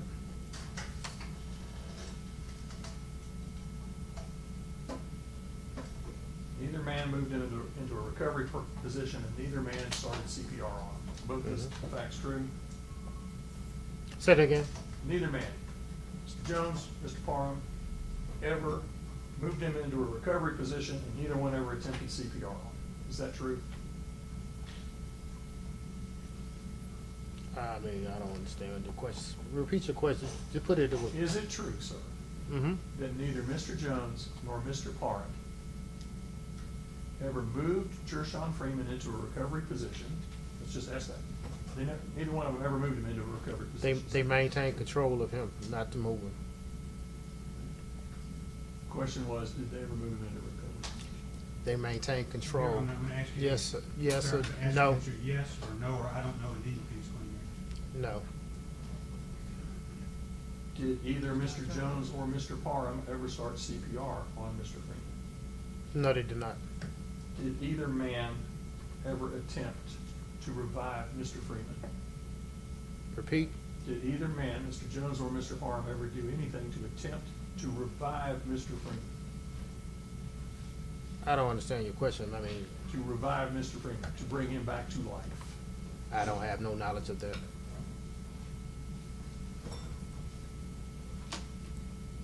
Let me conclude with asking a couple of questions that are slightly different from ones I've asked before. Why were you not willing to talk to us, even as recently as last week? Excuse me, I've never talked to you. I've never been asked to talk to you. Why were you not willing to talk to us, meaning Ms. Hunter, Ms. Frazier, or myself? I didn't know who they were. Why would you come up to me? I didn't know who they were. Are you saying they didn't tell you who they were? They didn't? After the fact. And even after the fact, you were not willing to talk to them? That's after the fact. And the question is why? That's after the fact. Why? Because do you have a county attorney? That's who they need to talk to.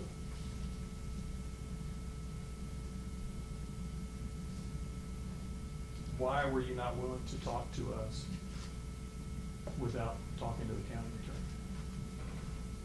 That's my representation. Is it fair to say this video, which Ms. Fuchs showed you, and it's a little tiny piece of one of the screens, and now it's been larger?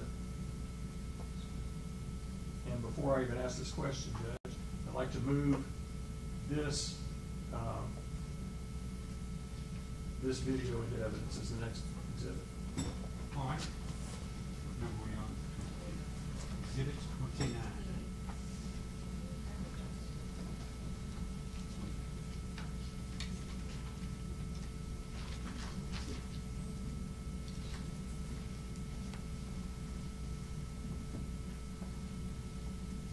Thank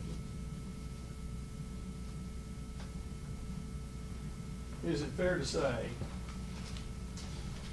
that neither you nor the office that you represent ever wanted anybody to actually see this video in this form? Objection, Your Honor, it's speculation, that's not his fault. Well, you would know what the other people did want. All right. Thank you, Judge. That's all my questions. Sure. Are we ready? Yes. I didn't know the lunch schedule was great. Once it gets here, I'll let everybody know. Perfect. Oh, sure. Good afternoon. Oh, it's here? Oh, yes. Would you like to break for lunch? Go, Judge.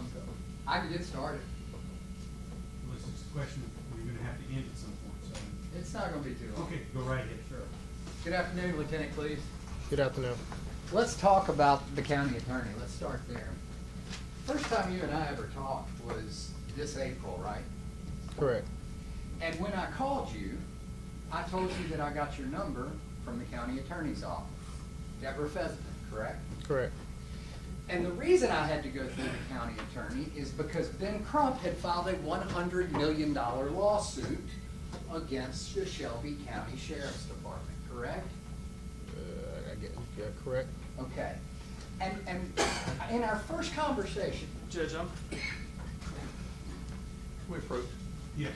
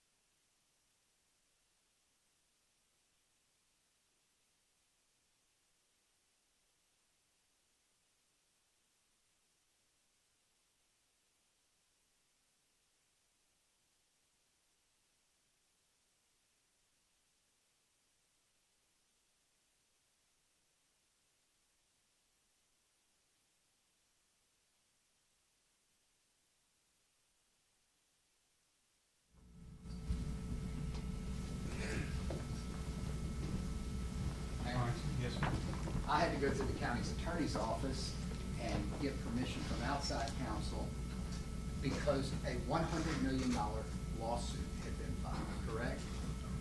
Correct. And one of the first things we talked about when I asked about your involvement in this case, you're a lieutenant, you were the second highest ranking person there. I asked you about certain inmates that had been turned over in discovery. Do you remember us talking about those inmates? Vaguely.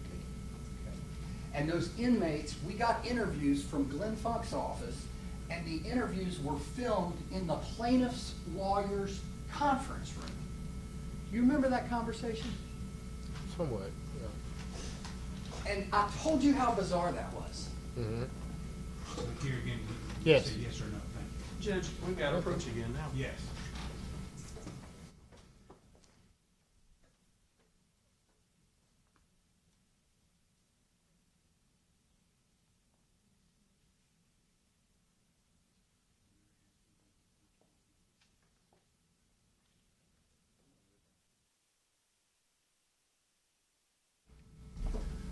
Let's move on from the county attorney.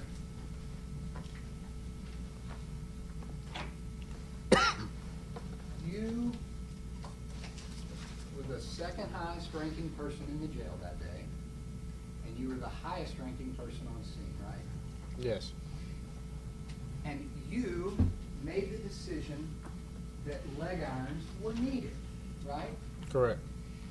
And the reason you came to that conclusion, let's go back to this policy, I think it's 806. Well, it's the one that ends in N.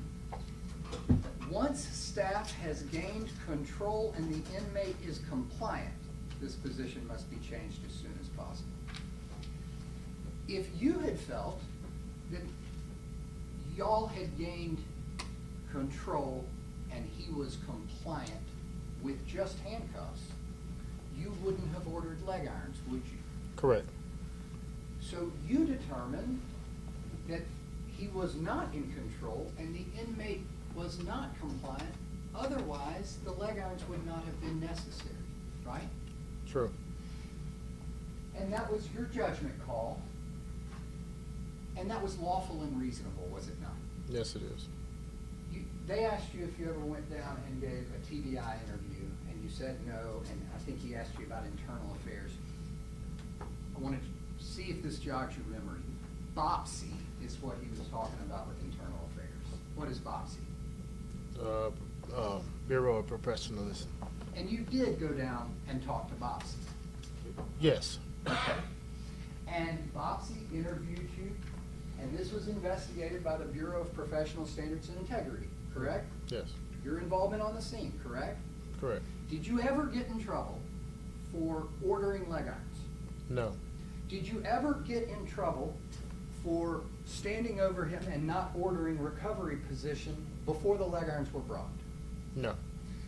In fact, you would never, if you've got semi-control, we know you didn't feel that they had total control or the leg irons would not have been ordered, but if you have semi-control, are you ever going to reposition that inmate in any way until you have the full restraints that you've ordered? No. You would never do that. No. Period, paragraph. Did you ever get in trouble for your involvement in this case? No. Reprimand, anything? No. Okay. And Judge, can we approach? Yes.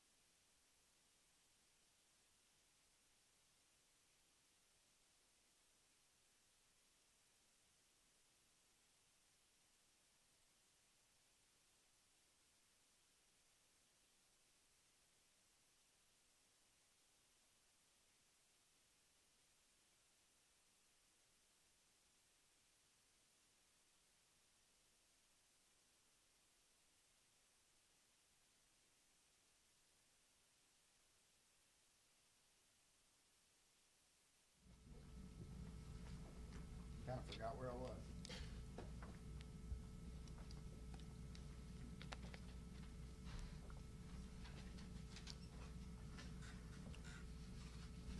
He's down. You've made the determination that you don't have control and compliance because that's why you're waiting on the leg irons, right? Correct. And there he is straddling. And I think Mr. Funk said pressure or weight a couple of times. That would be minimal if anything, right? Because he's in the mount position, right? Correct. And he's waiting on the leg irons. Yes, You handed him the leg irons I did. and he got off. Correct. You watched quite a bit of this, right? If at any time, while he was in that position, and you were up there, if at any time you had suspected that this man was not breathing, would you have checked for a pulse? I would have. And if he had in fact not been breathing, would you have started CPR? Yes. You didn't do that because he wasn't in distress at the time, was he? Not to my knowledge, no. And you were there that day. Yes. And what you perceived at the time, it is way better than what we can perceive on this video in this courtroom, right? Correct. And the chaos you were experiencing that day, there's no way we can experience watching the video in the courtroom, right? True. Okay. Well, let's try to do our best. I want to address the part where Courtney Parham actually gets on his back. Okay? Before Mr. Funk went into this, he asked you, and I wrote it down, he asked you a couple of times, who could he hurt? Who could he possibly hurt? Remember that? Mm-hmm.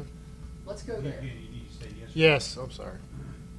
Ms. Fuchs, if you could go maybe, I don't know, 20 seconds before Mr. Parham putting the knee on, I'll get out of the way.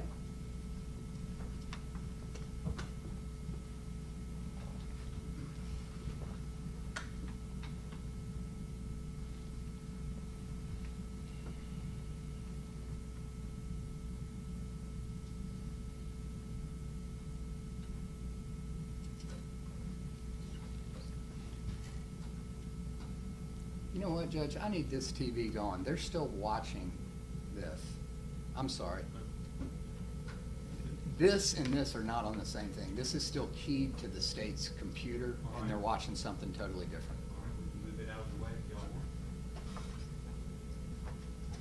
May have to be moved back at some point. Just go ahead and take it in the back hallway, Judge, is that? That'll be fine if y'all, state doesn't mind. I was confused at why you weren't doing it.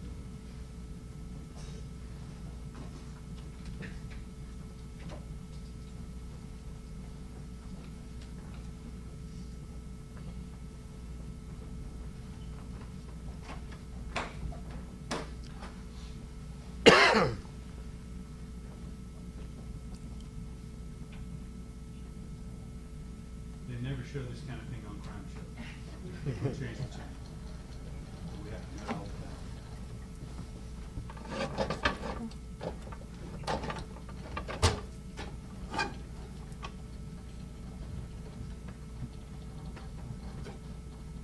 We ready? Yes, sir. Thank you. Yeah, let's go back maybe 10 more seconds. Mr. Newton? Okay. Yeah, would you turn the lights down a little Yes, bit? sir. Thank you, sir. Why don't we just play about 10 seconds, okay? Now pause it.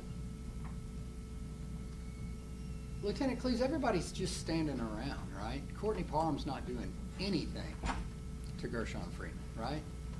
Correct. And Deputy Lawson, he's just looking over, checking on him, but he's not doing anything to Gershun Freeman, right? Yes. And Steven Jones, he's straddling the back of his legs to maintain control, but he's not doing anything to Gershun Freeman, right? True. Okay. At this point, it's fairly calm, right? Correct. All right, let's keep playing.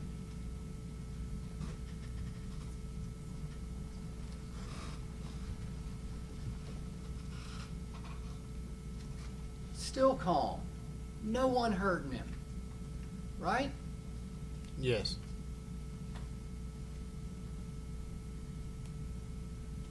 Well, pause it. What happens there? Courtney Parham jumps into action, right? Yes. Deputy Lawson jumps into action, right? Correct. Stevon Jones jumps back from the action, right? Correct. And honestly, you've said you don't remember the testicle grab, right? Correct. If you were gonna come in here and commit perjury to this jury to cover for these officers, you would have just told them you remember it, right? True. But you didn't, because you're trying to be as honest as you can, right? Correct. But something happened, and you were there. You remember something happening, don't you? Something happened. Okay, because everybody sprung into action. Yes. Let's keep playing.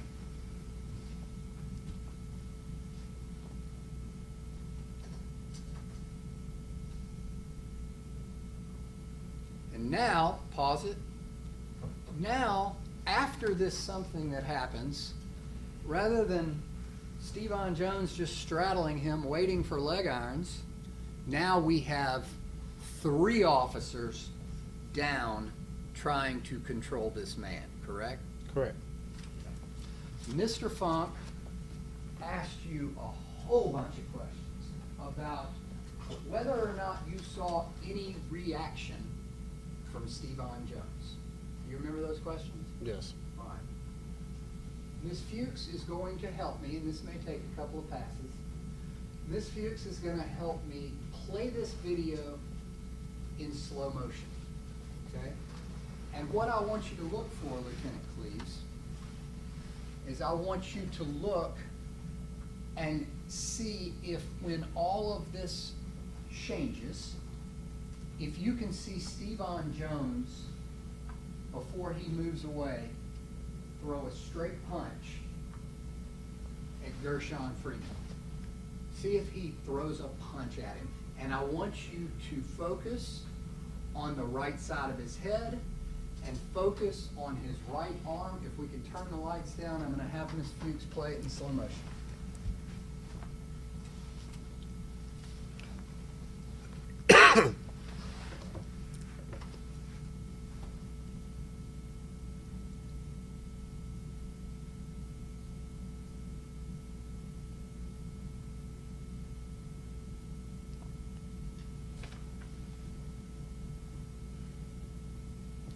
Did you see it?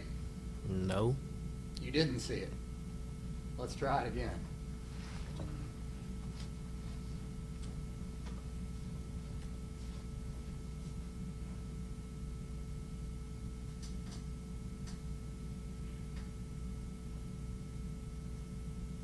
Did you see it?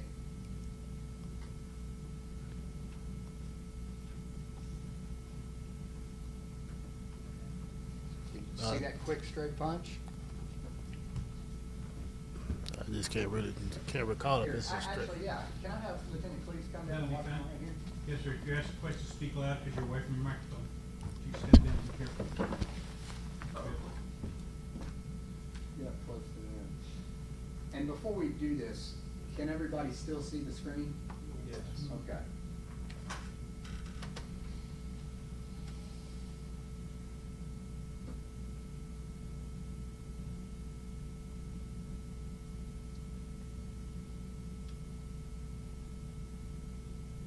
There.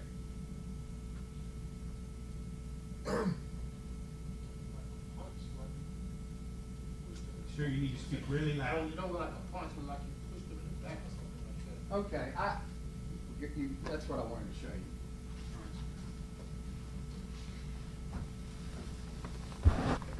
I call it a punch. Okay. You call it a push, but you saw an immediate reaction. Correct. Something happened from Stevon Jones, either pushing him away or something. Correct. You saw it. Yes. Okay. So Stevon Jones did react to something, did he not? Correct.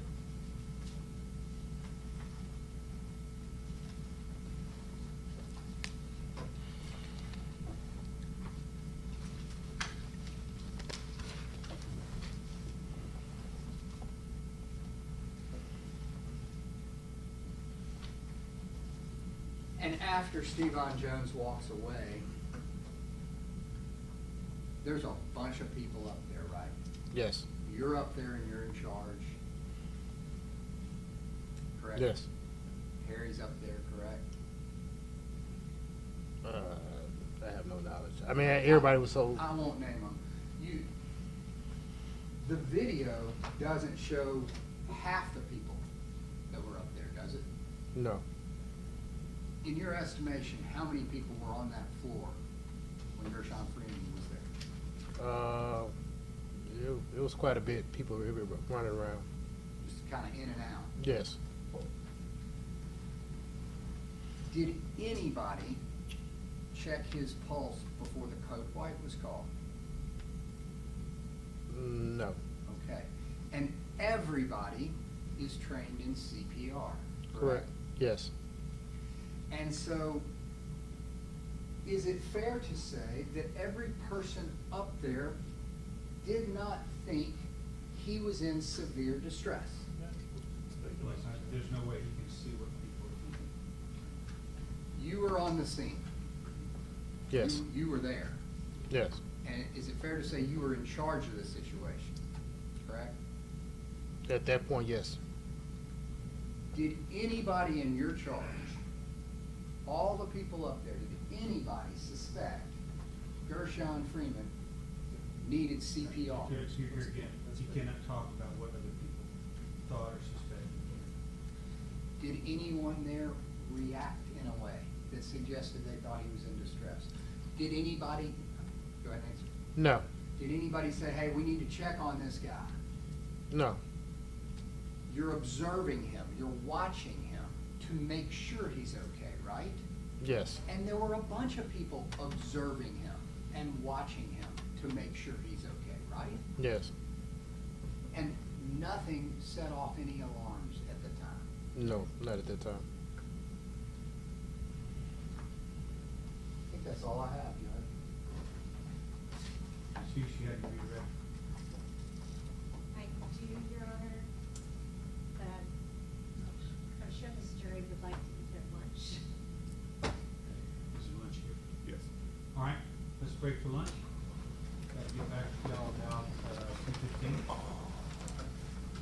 Please, clipboards in your chair, face down, please.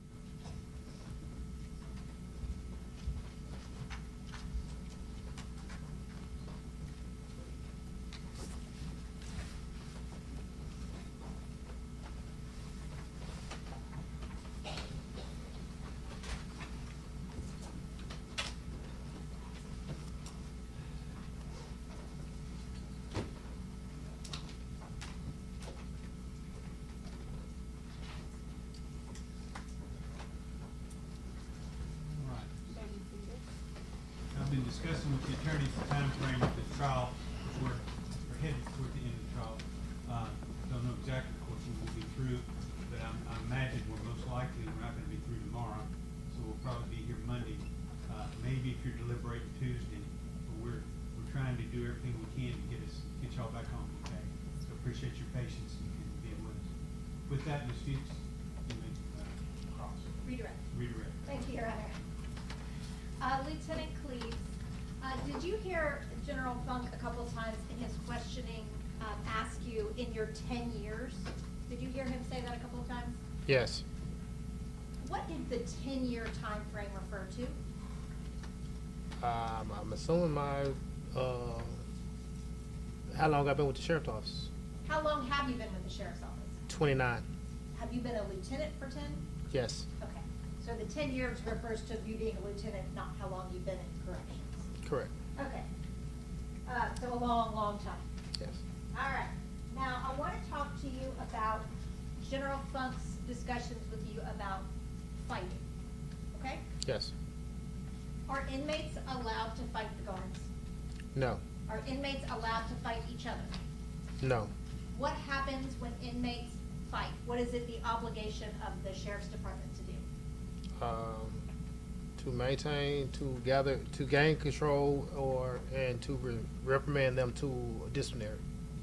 When you're talking about a fair fight, that's not, there is no fair fight in the jail, right? The inmates are not supposed to fight y'all. There's no such, no.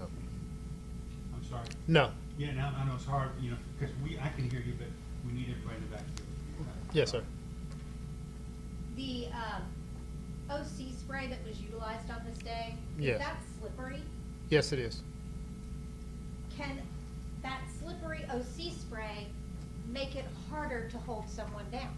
It can. Can it make it easier for someone to slip away? Yes. Can it make it easier for them to wiggle around on the ground? Yes. Now, I want to talk to you about when General Funk was asking you if you've ever seen anyone get up from being cuffed, or if they pose absolutely no threat, okay? Yeah. General Funk has said you can stand feet away and that person is not a threat, they're not going anywhere, right? Yes. Your Honor, I asked that Deputy Shaw be allowed to come handcuff me. All right.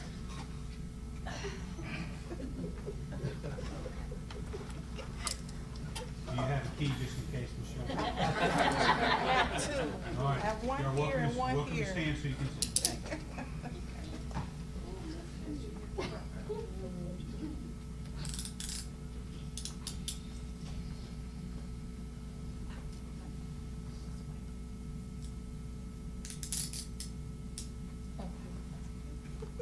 Is this the position that Mr. Freeman was in when Mr. Stevon Jones was aproned over him?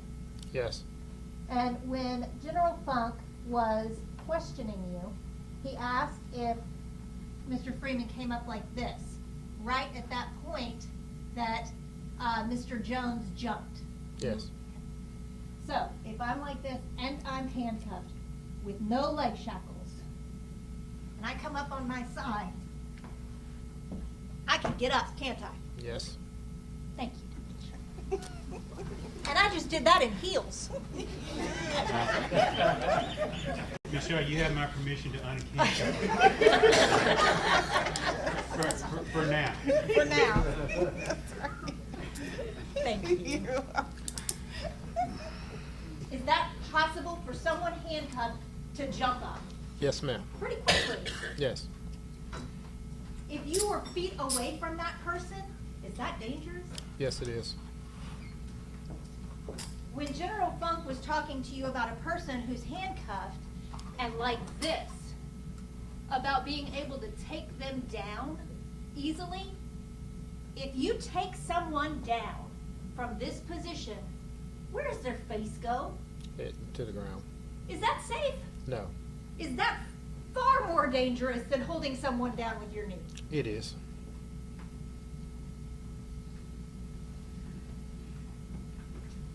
When you were talking to General Funk about all of the reasons why someone may need to be restrained in the prone position with hands-on, you talked about spitting and all of those things, kicking, hitting, all of those.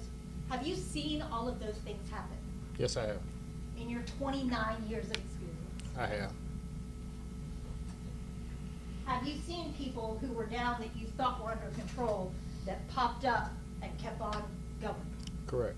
Have you seen people that you thought were under control reinitiate attacks? Yes. What is Shelby County's overriding policy? Repeat. What is Shelby County's overriding policy? What do you mean? Is it their overriding policy that the deputies come home Oh, yes. and survive an attack? Yes. I want to talk to you next about BOPSI, okay? Yes. BOPSI is what Shelby County refers to, basically their internal affairs, right? Yes. You all Sorry. don't say internal affairs. No. You spoke to BOPSI. Correct. Through the police department, are y'all part of a union? We are. Does the union provide you legal representation? I'm pretty sure they would. It depends on the situation. Okay. And at the time that the state tried to speak with you, had these two men already been charged? Yes. Had other jailers already been charged? Yes. Now, I want to talk to you about General Funk's questioning regarding our conversations this morning, okay? Yes.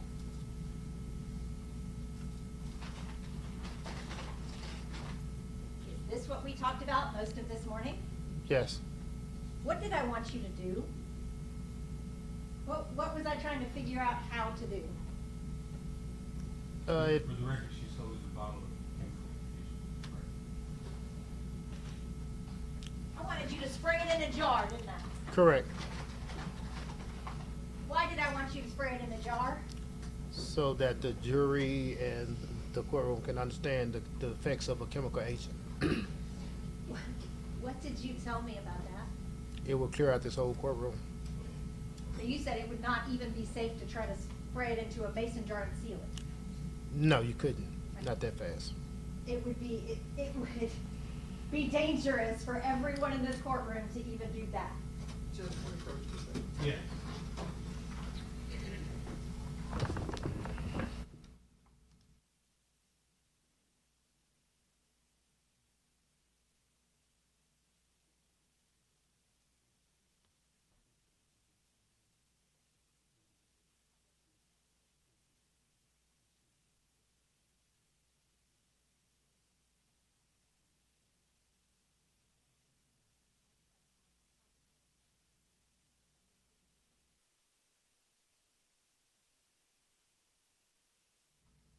I want to talk to you about when General Funk was discussing threats to you, okay?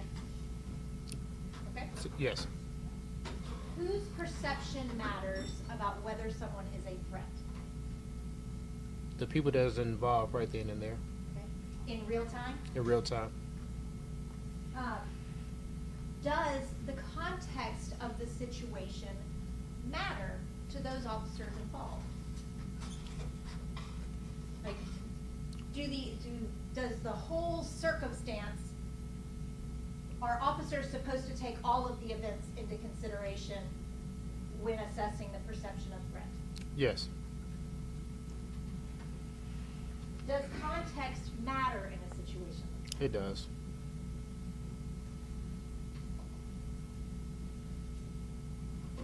Are some situations deemed higher threats than other situations? Yes, depending on the situation. Does a more prolonged situation create a higher threat? Yes. Now, I want to talk to you about, General Funk was discussing the use of force guidelines with you, okay? Yes. So I want to talk to you about those. He discussed the fact that officers should use extreme caution in utilizing prone position with weight, right? Yeah. How many times did you say that you've had to utilize the prone position with weight? I didn't give her an estimated Oh, I'm time, several. Would you say hundreds? Once again, Judge, you gave an answer, and then she's gonna leave. I'm sorry, I apologize. Please do not leave. Yes, Your Honor. It's a hard habit to break. Approximately in your 29-year career, how many times have you had to utilize the knee with prone restraint? Many times. Okay? How many times in your 29-year career has that resulted in a person's death? Never. Were you able to see Mr. Parham while he was utilizing that technique? Yes. Did you make, is it your job as the control of the scene there to make sure the officers are behaving in line with their training? Yes. Did you believe, or not believe, that Mr. Parham was exercising extreme caution in what he was doing? Yes. You did believe that? Would do that. He was using caution. Yes. And were you able to see whether officers, including Mr. Parham, were consistently observing and monitoring Mr. Freeman? Yes. Were they? Yes. Were you able to see whether Mr. Parham, the technique he was using, allowed for distribution of his weight? I did. If you had believed that Mr. Parham had been in medical distress, what would you have done? Repeat the question.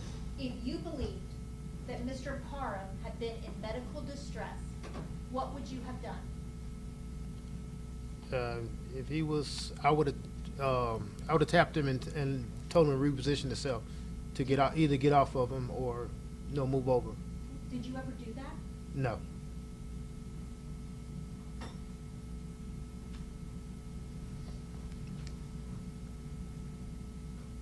Did you see, or what did Mr. Parham do as soon as those coats arrived when you were watching on the video? He got off of it Why? because the inmate was covered and he was in that spot of protocol. He covered himself. Would you ever advise any officer to wait on coats if you believed that someone was in medical distress? No.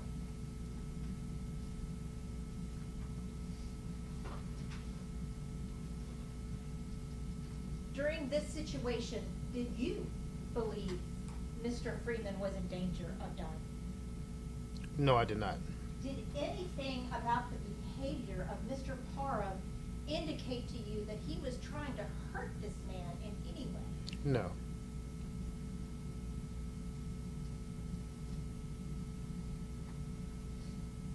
Do you, as a Shelby County Corrections officer, care whether or not inmates get hurt? I do.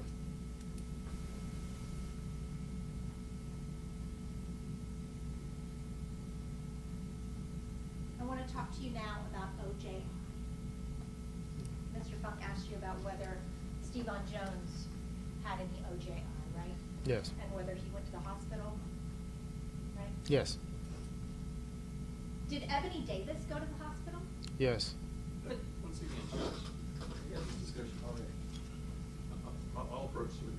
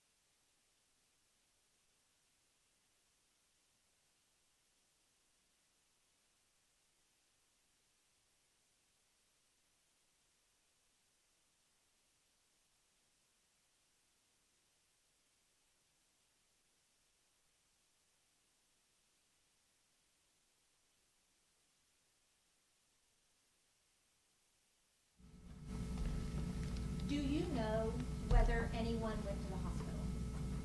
Judge, without a predicate, that's an improper question. Well, I'll let her ask if she knows if anybody, and from his own personal knowledge. Yes, sir. Not from what someone told her. Yes, sir. Who, if anyone, involved in this situation had to go to the hospital for their injuries? There's not been a If foundation. you saw it and knew If, it. from your personal knowledge? That's not a proper foundation, Judge. Y'all press the issue.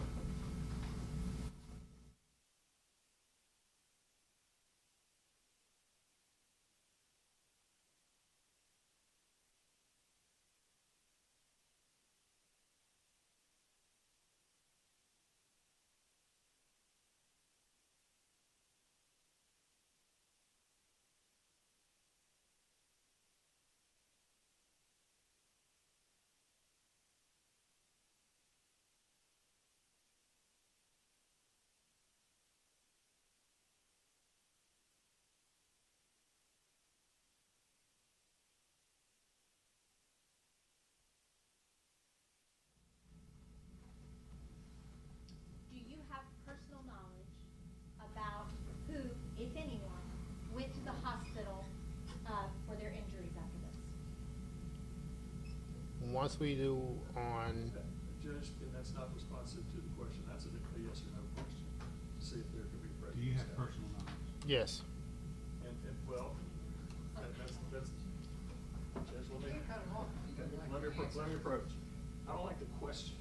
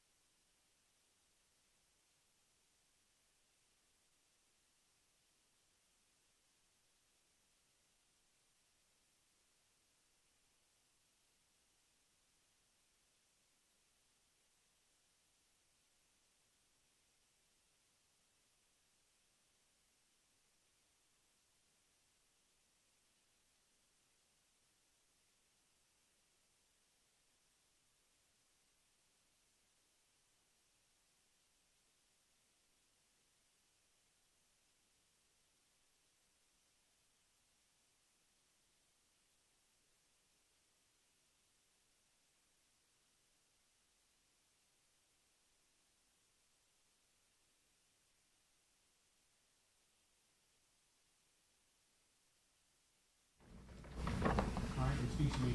Thank you. I'm gonna move on to the other stuff, okay? Now, General Fund asked you several times about, your cooperation with the state, so I wanna discuss that with you, okay? Yes.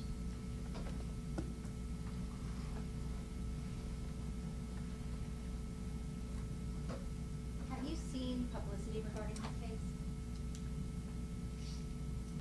Explain. Have you seen news stories or things like that about this case? Yes, bits and pieces.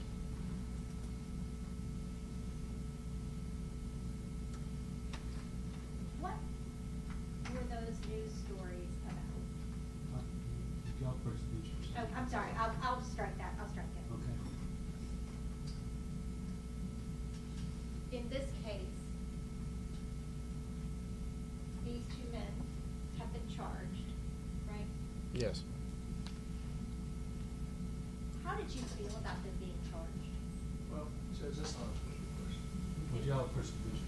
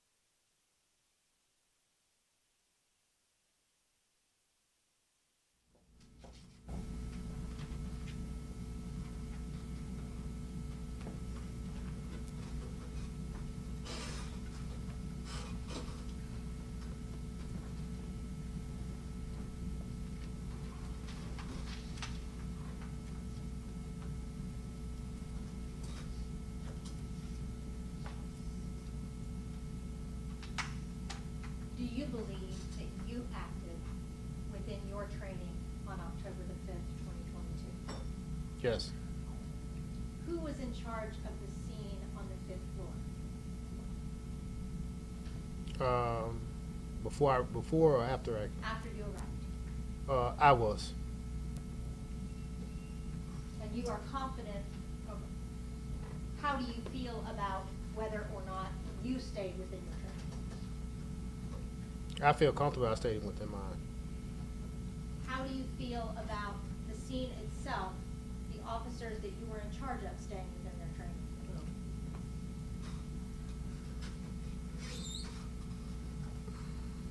Judge, may I please approach? Yes.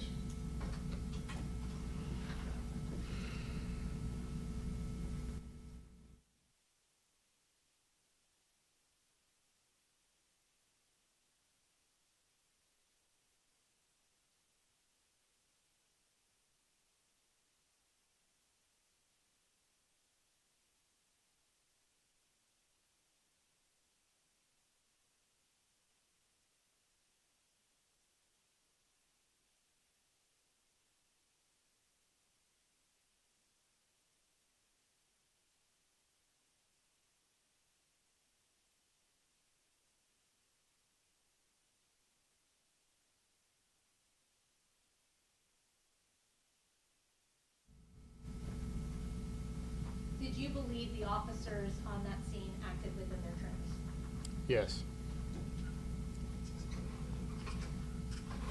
Would y'all presidential one more time?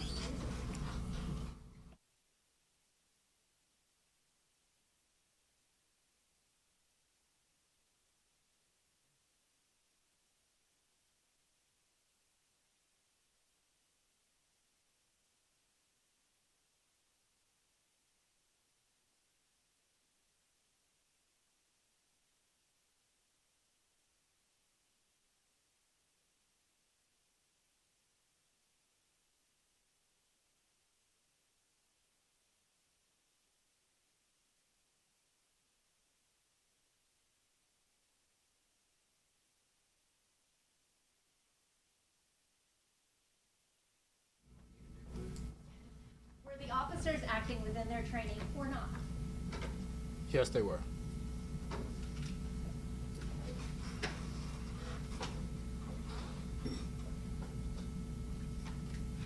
Why would you, after these men have been charged, be reluctant to speak to the state? Explain, please. So she's not allowed to explain. She I can- mean, she I- can- we'll she can reread the question. She can repeat the question. Repeat the question, please. After these two men, who you believe acted within their training, were charged, why would you have been reluctant to speak to the state who charged them? I don't think I would be. That's my opinion. I don't think I should. Were you trying to not cooperate with the state? No. When did they reach out to you? When did the state try to speak to you? I don't recall them trying to speak with me. Now, when we started trial, that's when they pulled me to the side. So the first day of trial was the first time the state had attempted to speak to you? Correct.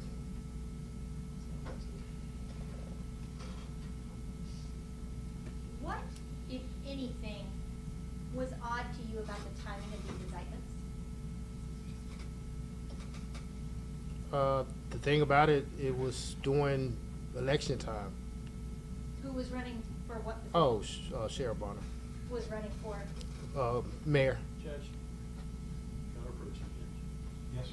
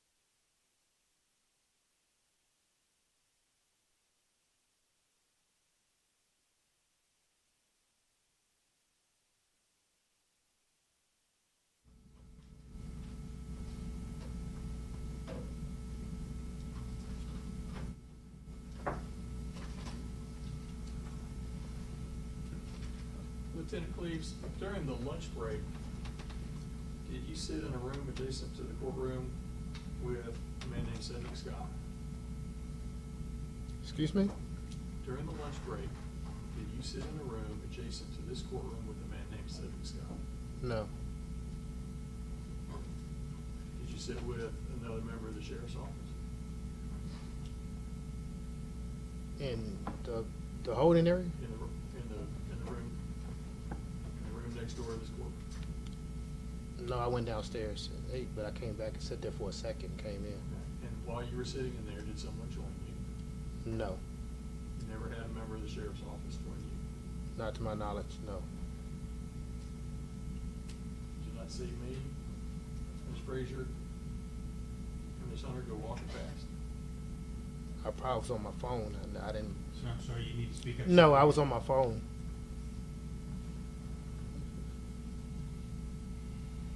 If we may have a matter take up, but I'll go through these questions. All right. Are you aware that a man named Cedric Scott's on the defense witness list? Yes. Now, let's talk about the incredibly dexterous Ms. Fuchs being able to get up off the floor. Right? You remember you saw that just 15 minutes ago. Yes. She's handcuffed behind her back, and she was able to get up very quickly. Right? You saw Yes. that? I think we were all impressed with that. But even that, if someone who was a corrections officer was standing next to her with just a couple steps away, would it have been easy for that person to reach out and grab her by the elbow as she was getting up? Would that have been easy? Maybe. Would it have been easy for that person to just, as she's getting to her knee, push her to where she would roll back over on the floor? It's Would that have possible been you easy to do? It's possible you can cause more damage and they can hit their face. Bench or bunch, but I'd like to come up again. All right.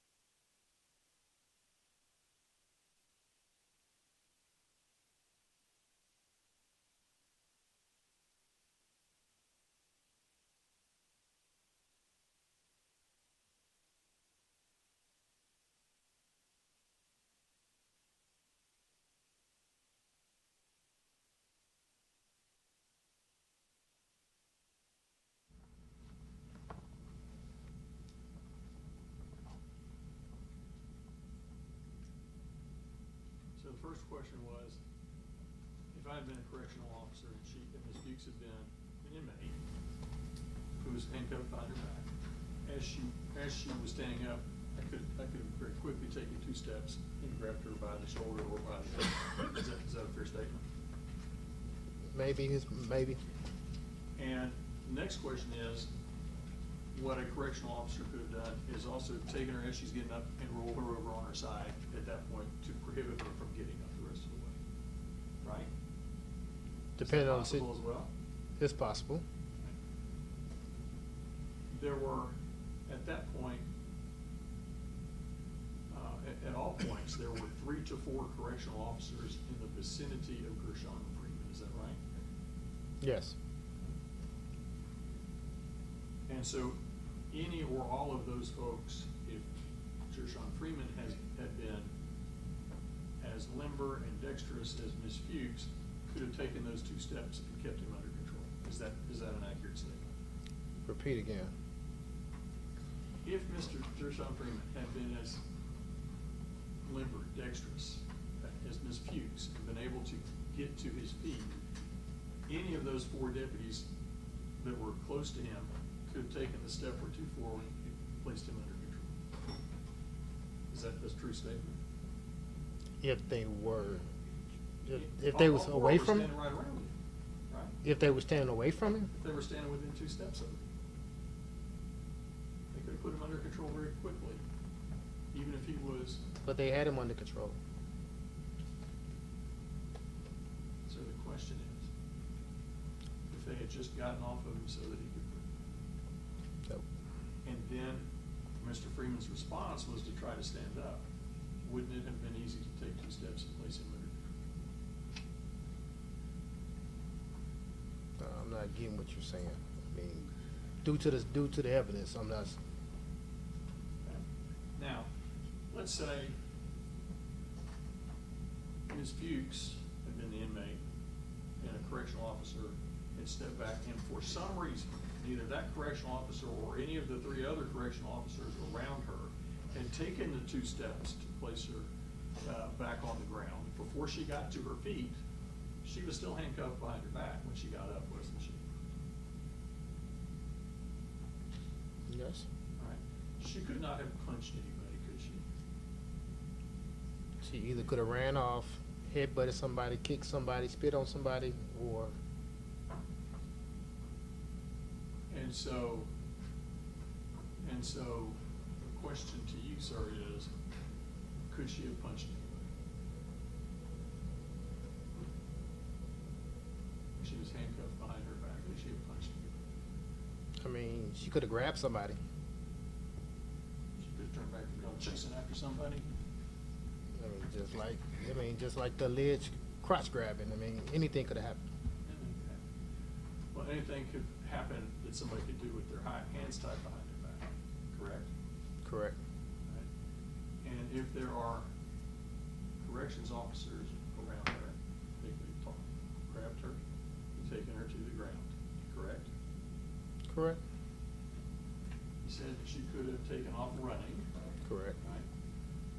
But there were 4 correctional officers, at least 4 correctional officers around Mr. Freeman. Is that also correct?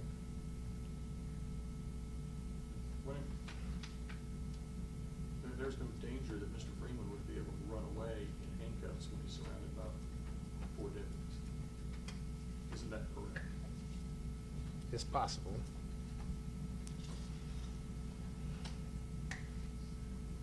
And is it your testimony that someone who is handcuffed behind their back, that there is no way for an officer to keep their hands on that person and still keep them under control even after they rolled them to a recovered position? Repeat the question. So if the person's on the ground and handcuffed behind their back, and you get off the back and you just turn them on their side so that they can recover, are you saying that that's not possible? And probably in the it's possible.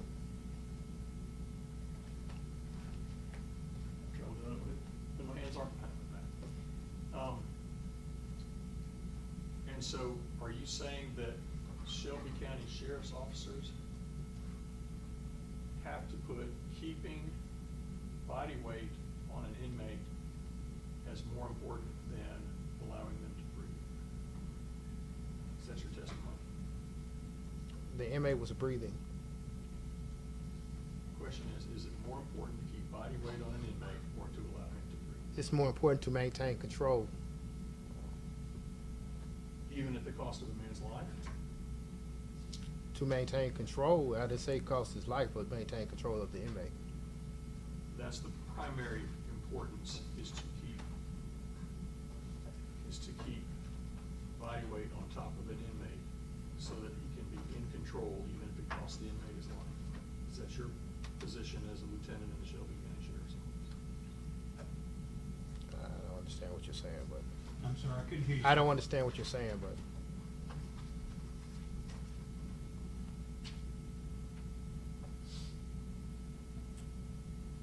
Policy says body weight causes asphyxia, right?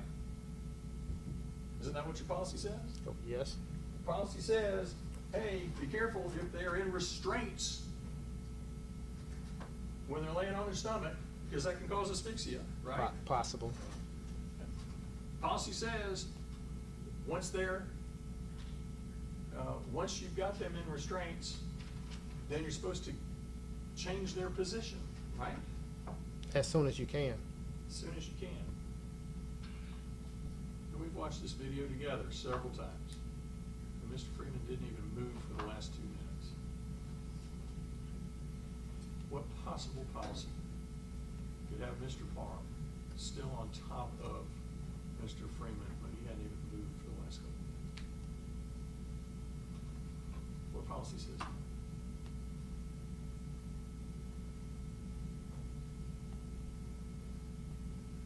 What do you mean about what policy? I What mean, policy tells you that even when a person is gone unconscious, Objection, It's background not- evidence. what policy tells you that, I'll rephrase the question. What policy tells you that even when a person hasn't moved for a couple minutes, that you should stay on their back instead of just rolling them over into a recovery position? During a chaotic time, I don't know if he's moving or not, so I can't tell you that he was not moving. We watched it, I gave you an opportunity, tell me when he moves. He didn't move. That's what you said just before lunch, right? That's not what I said. I'm sorry, I can't hear you. sir. That's not what I said. All right, well, do you want to play it again? No, you don't have to play it again. Do you remember seeing him move during the time when Courtney Parham was the only person on his back? I mean, I can't say that he was moving or not. The question is, did you see him move during the last 2 minutes that Courtney Parham was on his back? I can't tell with a video. Did you see him on the video? Asked and answered, Your Honor. Well, the witness has not answered the question. Did you see him move on that video for during the last 2 minutes that Courtney Parham was on his back? Yes or no, and then you can give whatever other explanation you No, I want. don't. You did not.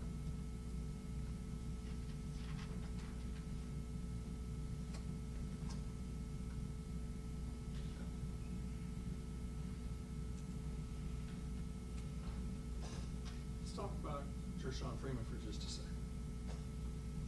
The man who's deceased in this case. Is there anything wrong with Gershun Freeman wanting to breathe?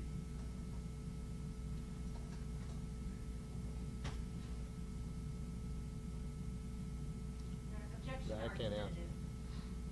Well, he's using a normal tone of voice, so, that's the question. Is there anything wrong with Gershun Freeman wanting to breathe?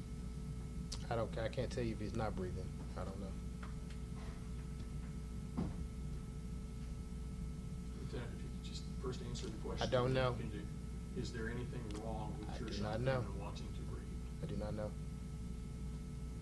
Is there anything wrong with Gershun Freeman trying to breathe? No.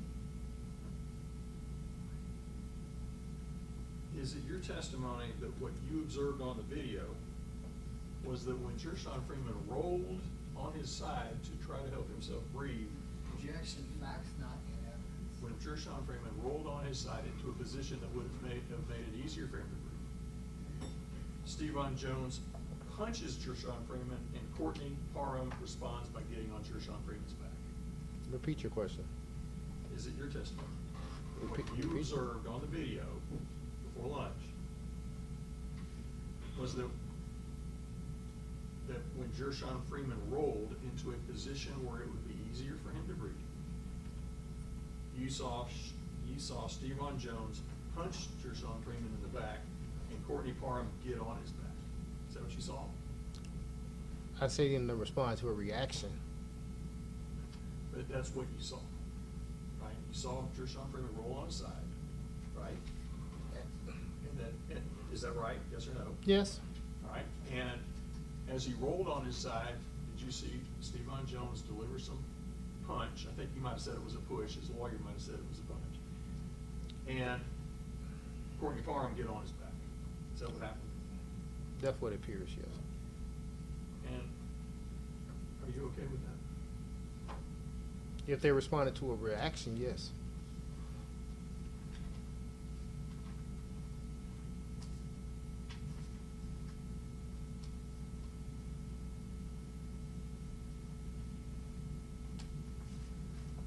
And any reaction would have been at a time when he was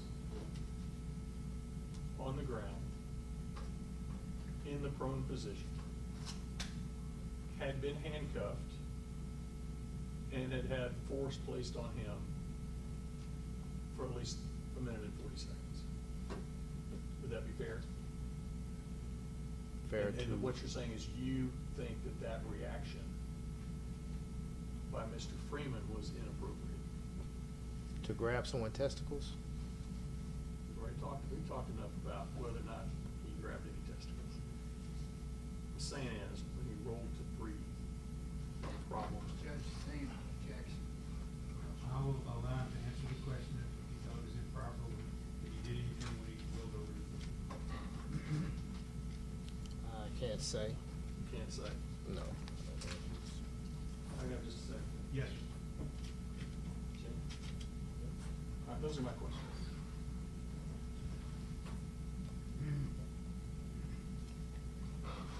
Sir, do you have any questions? Just Reed Crawford, We've talked a lot about hypotheticals, what they could have done. They could have stood a few feet away, right? Yes. Could have stood a couple of inches away. They could have put him in a chair. They could have rolled him over. I want to talk to you about what they're trained to do and what they're supposed to do, okay? Yes. If either an officer has made the determination that leg irons are required for control and compliance, or in this case, if the highest ranking officer on the scene has given an order to put leg irons on them for control and compliance. Not asking about all of these things that could have, should have, would have been done. What do you do? Do you not remain in control of the person or semi-control of the person until the restraints are applied? Is that not how it's done? Yes, you remain control until, they enforce restraints. We've heard from everybody in this courtroom that didn't have a problem with him staying there until the leg irons were brought. Their own use of force person didn't have a problem with it. Do you have a problem with it? That's mischaracterization, and that's an appropriate question for this. Let's not make statements, let's ask questions of him. Is it in line with the policy and procedure? Is it what you're supposed to do to stay on that person until the leg irons are put on? Yes, It's what you're supposed to do. correct. Let's go back to hypotheticals.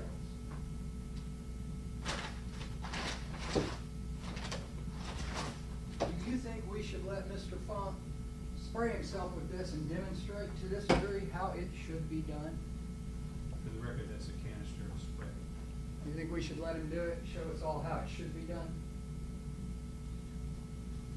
Yeah, if he likes. That's all I have.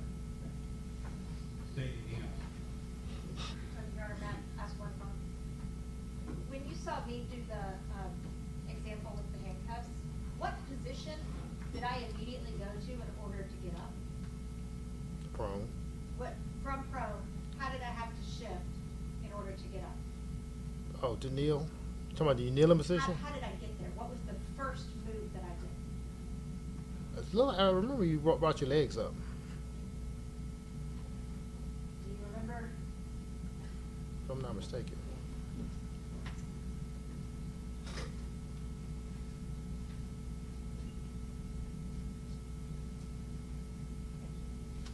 Did I have to roll onto my side in order to get my legs over? Not necessarily. You When I was laying there, do you you rolled remember? and sweep them up. I rolled and then sweep my legs up. Yeah. That's all I have. Anything else?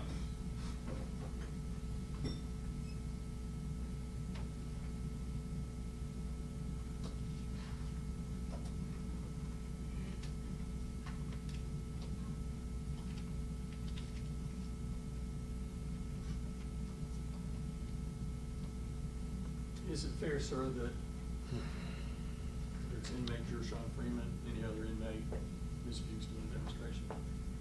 If the person is down prone with their hands back, you could keep that person from rolling or standing up just by holding on to to the handcuffs. Say that one more You time. could keep the person from standing up if you just lean over and just hold on to the handcuffs. Couldn't you? Isn't that a way that you could continue to exert control without keeping them in the prone position or without putting more pressure on their back? Not with him down like that, no. No, you can't control them that way. Can't It's keep them from getting up that way. I mean, it's According to possible. you. I mean, it's possible. But I mean, but that's not, you won't have full control.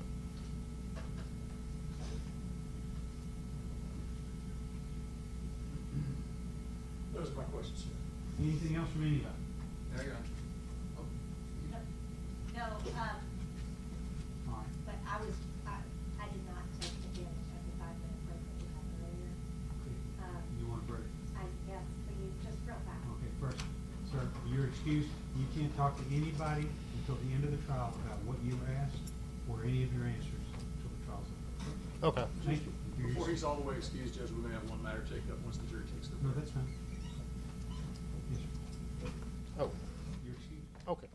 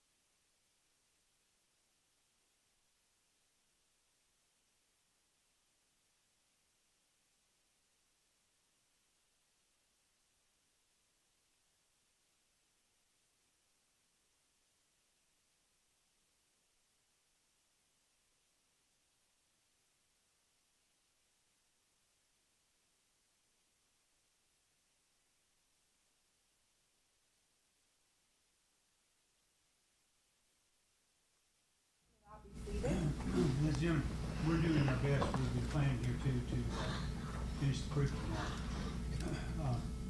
We need to ask this witness a couple more questions. And we have an expert witness that we think we can get on today without keeping y'all too late, but she's on her way, but she's not. So what we're gonna do is we're gonna finish with this witness with a couple of additional questions. We'll take another short break till this expert witness gets here, and then we're gonna handle that and stop for today. We're trying to be as efficient as we can. We need to get this witness on. With that, Ms. Hunter, you may ask a couple more questions. Lieutenant Cleaves, do you remember when General Funk was asking you questions about somebody you may have been speaking with during the lunch break? Yes. And I think you mistakenly answered the question, no, that you were not speaking with another member of the sheriff's office. Is that right? Yes. And the answer would actually have been yes, you were speaking with another member of the sheriff's office in another room. Is that correct? Correct. Ms. Stevens. But that was not Cedric Scott. It was not Cedric Scott. Thank you. Anyone else? If I could have just- Yes, ma'am?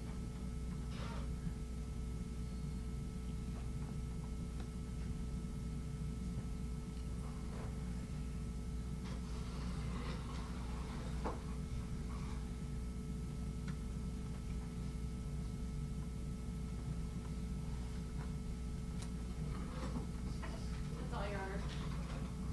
All right, thank you, sir, appreciate you coming. We're excusing you again, okay? Yes, thank you.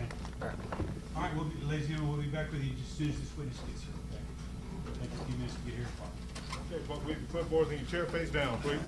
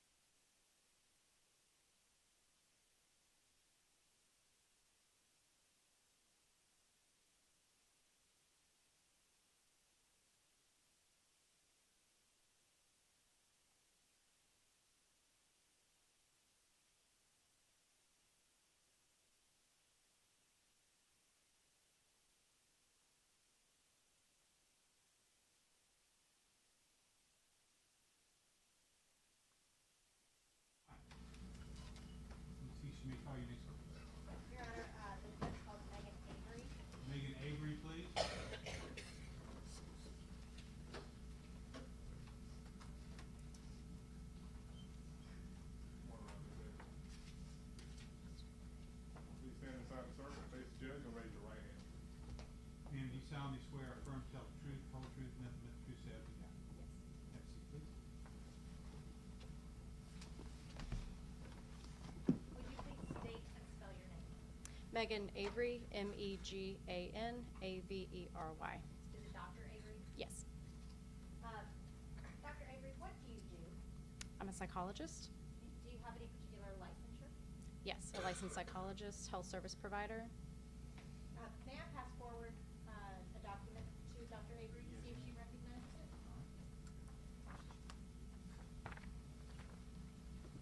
Dr. Avery, do you recognize that document?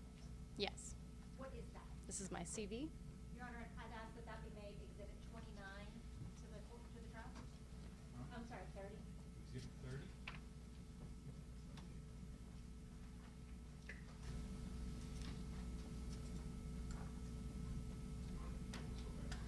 Yes, please.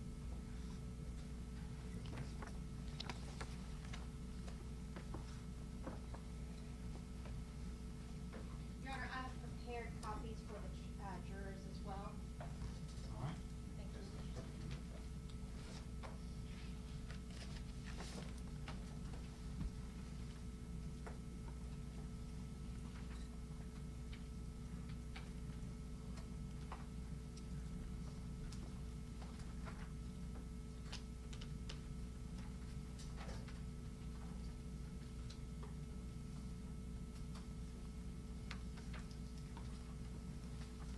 Thank you.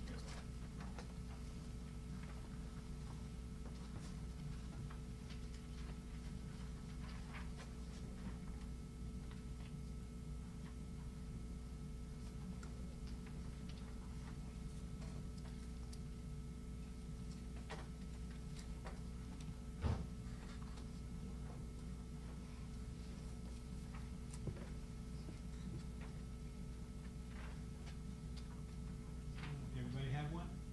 Yes, sir. All right. You make a deal. Dr. Avery, could you please tell me what your licensures are? Licensed psychologist in the state of Tennessee. Okay. What kind of education do you have to get in order to be a licensed psychologist in Tennessee? Doctorate. Okay. And what was your educational background? I have a Bachelor of Science, a Bachelor of Arts in Psychology, a Master of Science in Psychology, and a PhD, which is a Doctorate of Philosophy in Clinical Psychology. Did you do any internships? Yes, I did an internship at the Bureau of Prisons. Did you have any academic supervision experience?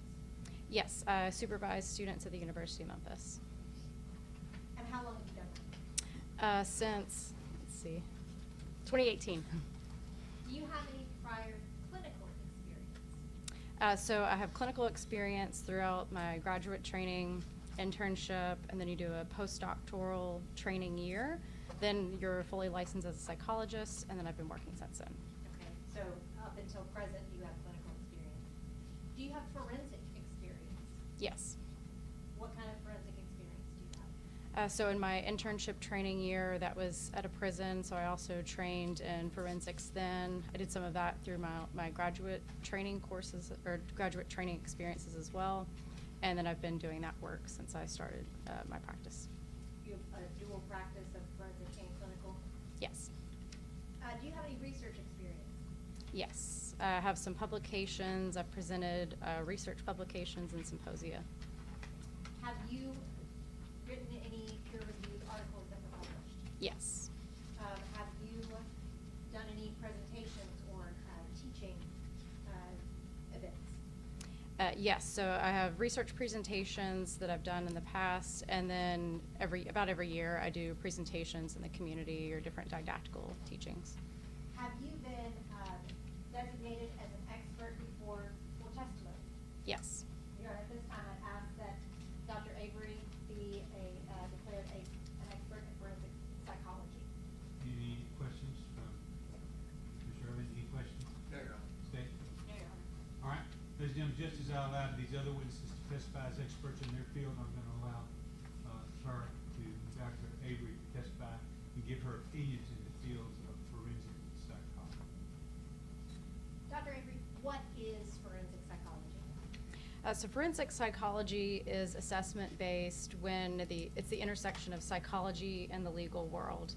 So I like to contrast it to clinical psychology, which would be more treatment-based. So when someone's coming in for treatment for mental health symptoms, mental illness. So on the forensic side, I'm looking at assessment or answering questions for the courtroom. And for a typical forensic examination, what are your processes? I review records. Well, first I find out what the question is. So someone retains me. I try to sort out what it is that they're asking. I review records. I try to get court records, medical records, anything that's relevant. If I can, I interview the examinee. If I do that, I usually do psychological testing. I talk with other parties, like sometimes I interview family or friends, and then usually I'm writing a report. Okay. Is it typical to rely on information other than the assessment of a person alone? Yes, you should do that. You should rely on multiple sources of data. So another difference between clinical and forensic. In clinical work, you're usually taking your patient's word for it. In forensic work, you're looking for collateral data, so different third-party data or data to either confirm or deny what someone's telling you, so you want multiple sources. Okay. And did we, as the defense team, reach out to you about this particular case? Yes. Okay. And were your services engaged? Yes. Did you create a report? Yes. Your Honor, if I may pass forward a document.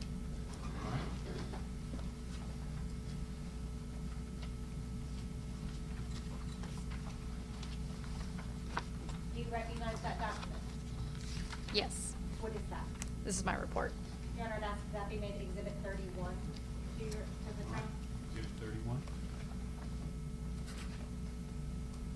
Your Honor, I do also have copies for the jury. Thank you very much. Thank you.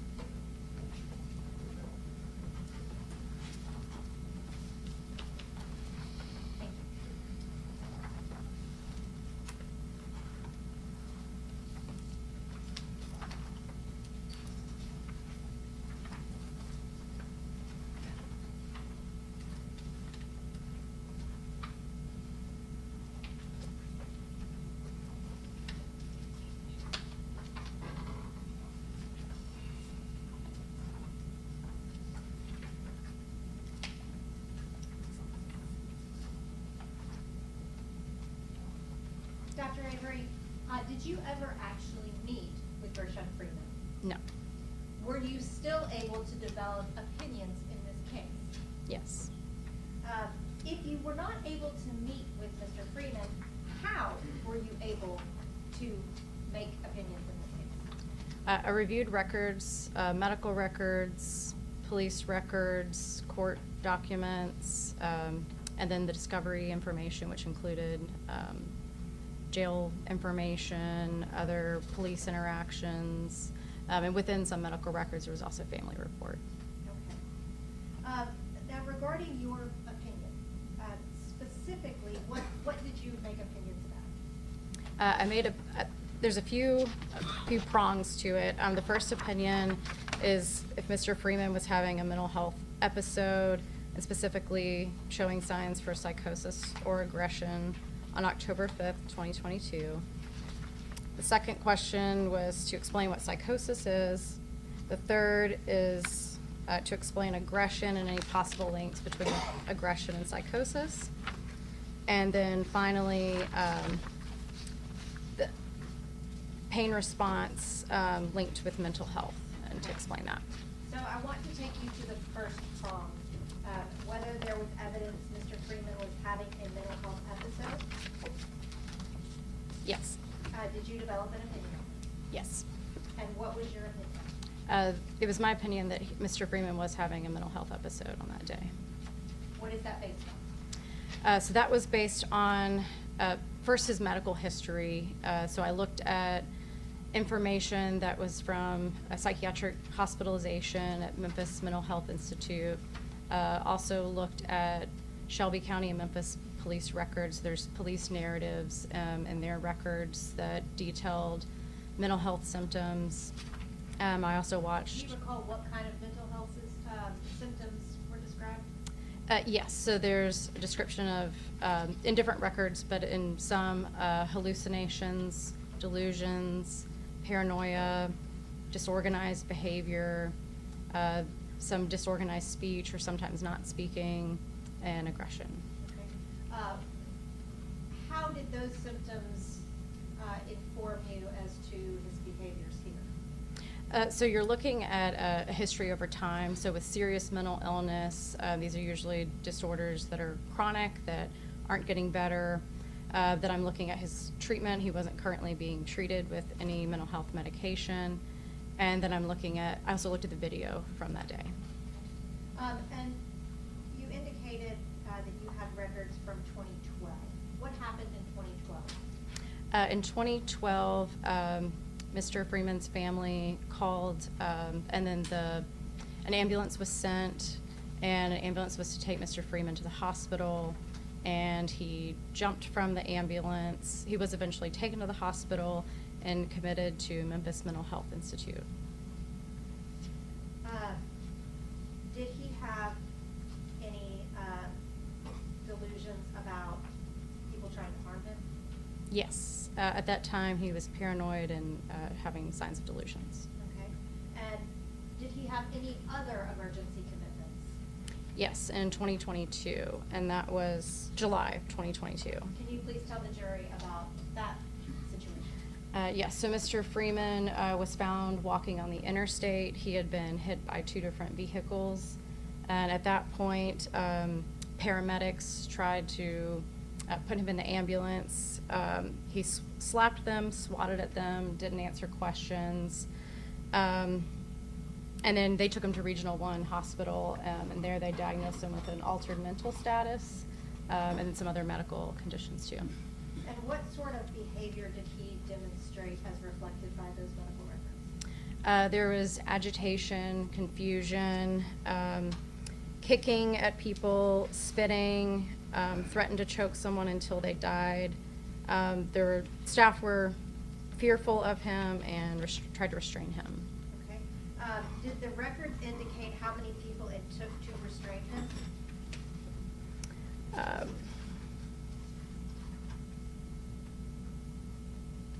I think I have that information.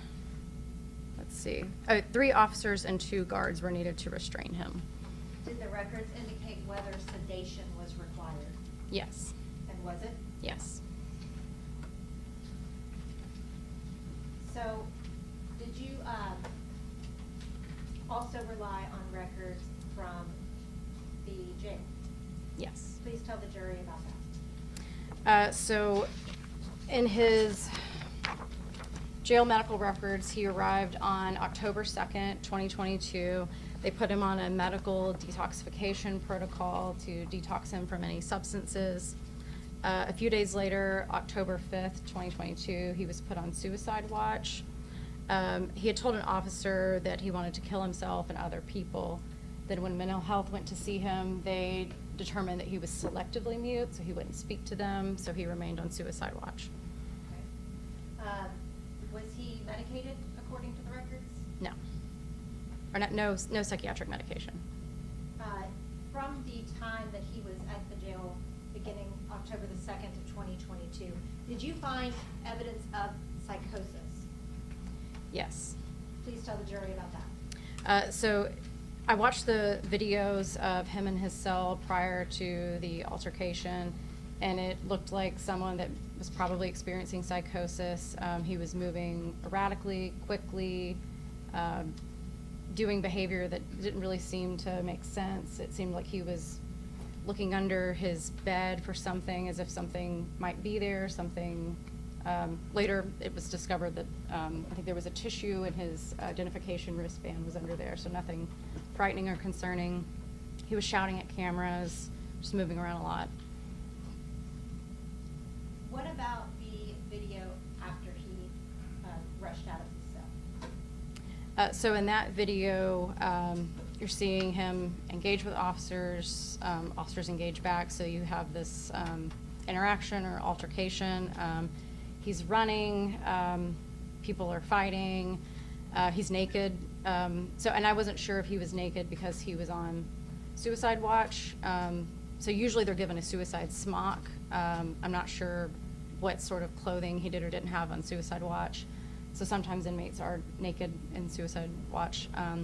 Some inmates will intentionally be naked so that it's harder to catch them, like if they're oily or they slip away. Or it could be a psychotic process that maybe he's naked for a reason that really doesn't really make sense. Did you see evidence of aggression in the information that you reviewed?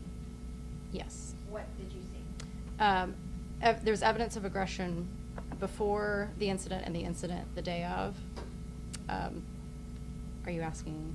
Both. Okay. So beforehand, we have aggression from both hospitalizations where he's fighting back on getting medical attention, having to be restrained. Throughout police records, there's also evidence of aggression of domestic violence, stalking, threatening to burn his home or a home down that had his baby in it. There's a list of police incidents. There's altercations with other people. And then that day on the video, as soon as the doors opened, it seems like he rushes out. Oh. Is it? Louder so they can hear you back. Okay. Is it better to also talk into the microphone or just louder? As long as you talk loud, you'll be okay. Okay. So then aggression the day of as well. So you're seeing, as soon as the door opens, there's some aggression seen, and then there's fighting back and forth after that. Okay. Did you notice anything specifically about Mr. Freeman's actions towards officers? Yes. So I have the video of him running out of the cell. He's engaging in altercations with the officers. And then there's also him saying, in an officer's statement, he said, "I'm going to kick their ass." And then he's also grabbing the legs of officers. That's noted in the report. Do drugs play any significant factor into a psychological examination? Yes. So I always consider substance abuse, history of drug abuse, which is in Mr. Freeman's records, that there was a long history of alcohol and drug abuse. That can aggravate psychosis. It can also be linked to aggression. So I considered that. And in the autopsy report, it said he tested positive for THC delta 9.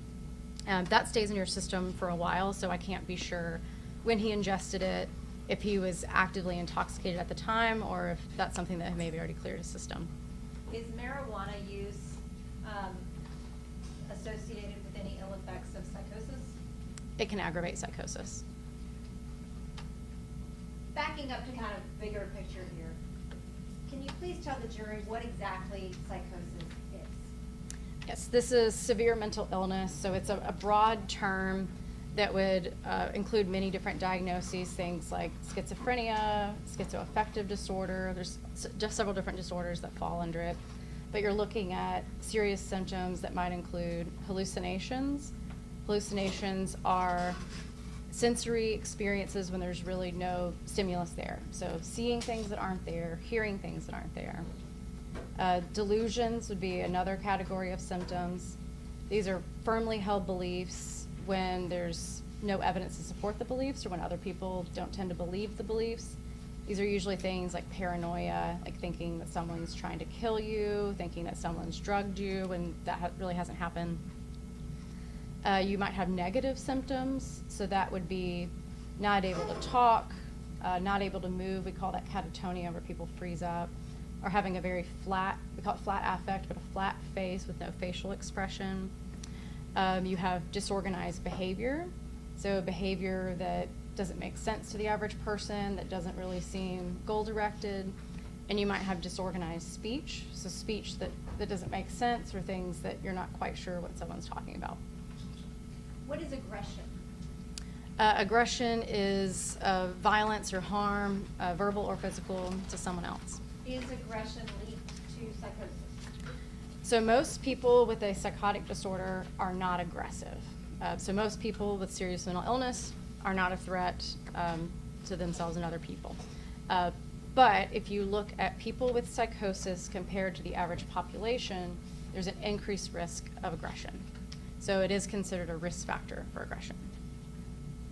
Does mental health impact pain responses in someone in a psychosis? So the data here is mixed. So there's studies that show that people who have a psychotic disorder or who in an active psychosis are less either receptive to pain, unable to speak or acknowledge the pain, or unable to organize their behavior to cope with the pain. But then there's also some data that shows there's no difference, and then even some studies that show that they can be more sensitive. And then when you dig further into the literature, sometimes they've done experimental studies where they're giving people pain, and it might differ if it's thermal pain or mechanical pain. So really, we don't have a great understanding of that. But then you have many case studies and anecdotal evidence that people with psychosis will sometimes withstand great pain.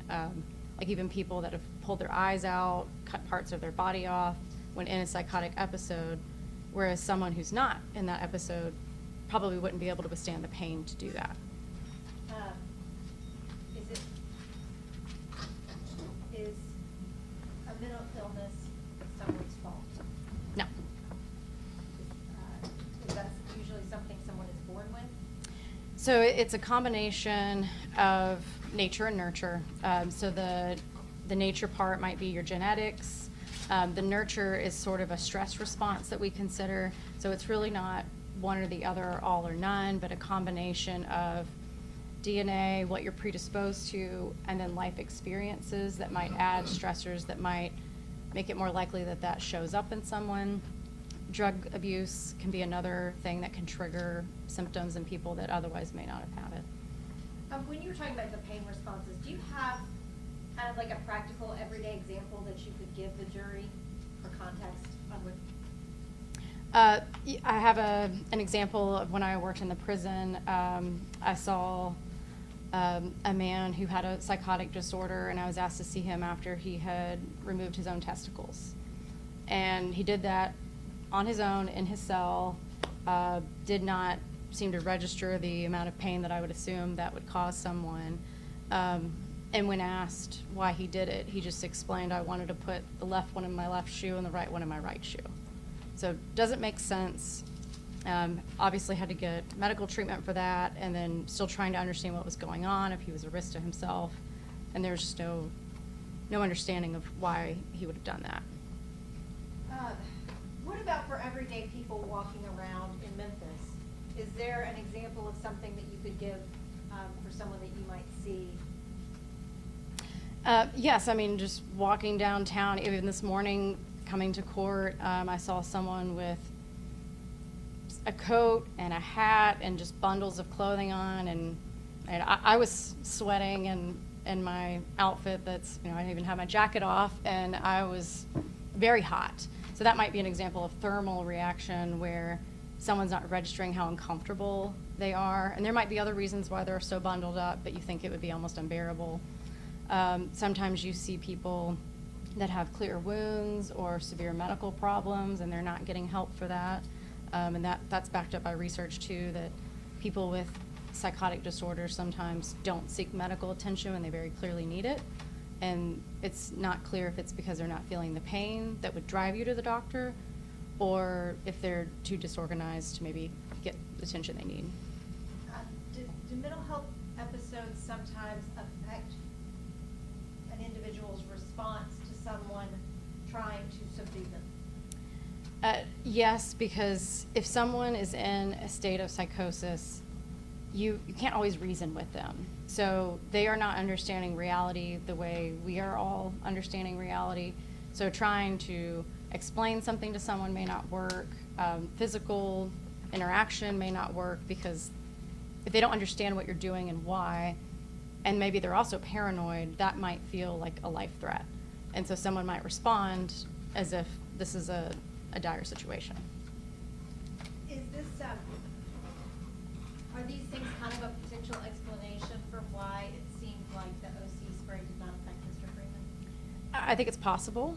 So it's possible that he didn't understand what was happening. It's possible that he wasn't getting the appropriate cues for pain, or didn't know how to interpret those cues, or then didn't know how to organize his behavior to respond appropriately to any pain cues. None of that was his fault. Right.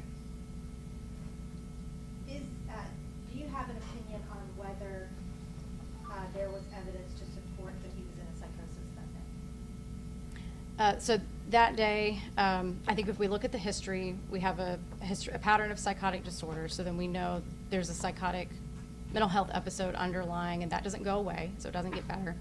And then we have data showing that he's not medicated for it, so the odds of it being in remission are low.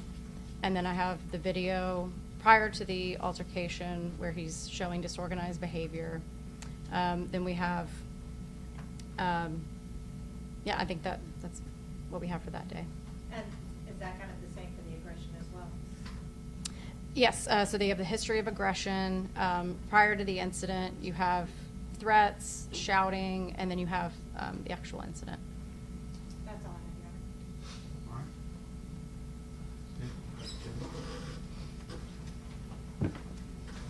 Excuse me, I want to bring in TV one more time. All right. We need to bring the TV in, please, if y'all would come up. All right.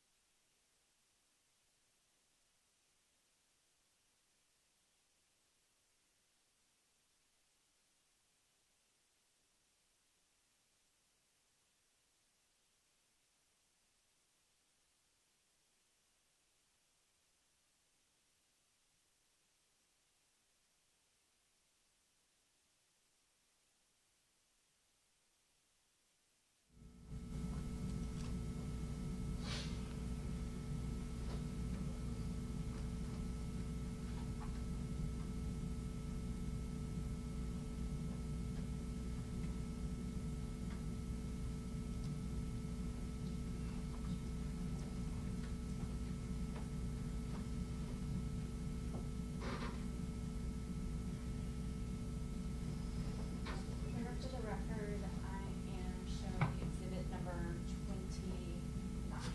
All right.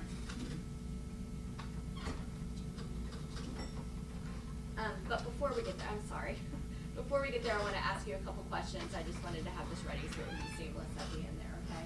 Dr. Avery, my name's Amy Hunter. I just have a couple questions for you, okay? Okay. Dr. Avery, are you being paid for your testimony here today? I'm being paid to be here, yes. Okay. And you touched on this at the beginning, but you obviously have never met Gershun Freeman, correct? Correct. Okay, and you never, since you've never met him, you never treated him before, correct? Correct. And respectfully, if he was alive and in this courtroom, you probably wouldn't be able to point out who he was. Correct. you talked about when Mr. Freeman when Mr. Freeman was at the jail, he went actually to people at the jail to let him know that he was having a mental health episode, right? That he let them know that he was feeling suicidal. Well, he said, let me see exactly. He told an officer, I need to see mental health, and he was saying that he felt like killing himself and killing other people. Okay, so he had awareness that he was going through a situation and he let them know. Yes. And from your experience in working with people who have been in custody before, you know that everything that they have when they are in custody, they are at the mercy of the people who are there to care for them, correct? Yes. And they did not give him any medication. He was on a detox program, but no psychiatric medication. And would you agree with me that somebody who is having a mental health difficulty and having suicidal ideation, that person should be treated with extra care? Yes. You said that you were able to watch video and see him acting, I think your word was erratically, in his cell. Yes. This could be evidence of psychosis. It could also be evidence of somebody thinking they're alone and acting kind of crazy in their room, just acting kind of silly. I didn't interpret it as silly behavior. It seemed more alarming than that. Okay. You said that sometimes people who are in custody stay naked so that they can be harder to catch, but there's no evidence that you reviewed that would show that that was the case with Mr. Freeman on this particular day. I wasn't sure why he was naked. Right. It's So just, so it was one of would my, be speculative. it was one of my theories, Okay. yes. Okay. You mentioned him grabbing the legs of officers. There was a lot going on at the time that he grabbed the legs of officers. Would you agree with me about that? Yes. Okay. By the time that he has grabbed the legs of officers, he's been beat in the head, right? I would have to look at the timeline, but I would say there's a lot going on. There's a lot of running, hitting, scuffling, so I'd have to break And down. other than when he first comes out of of his cell, all of the hitting and stomping and all of that went one way on him, correct? I think there were some moments where he was like grabbing or hitting back or fighting back. So I wouldn't say all of it was in one direction. Okay.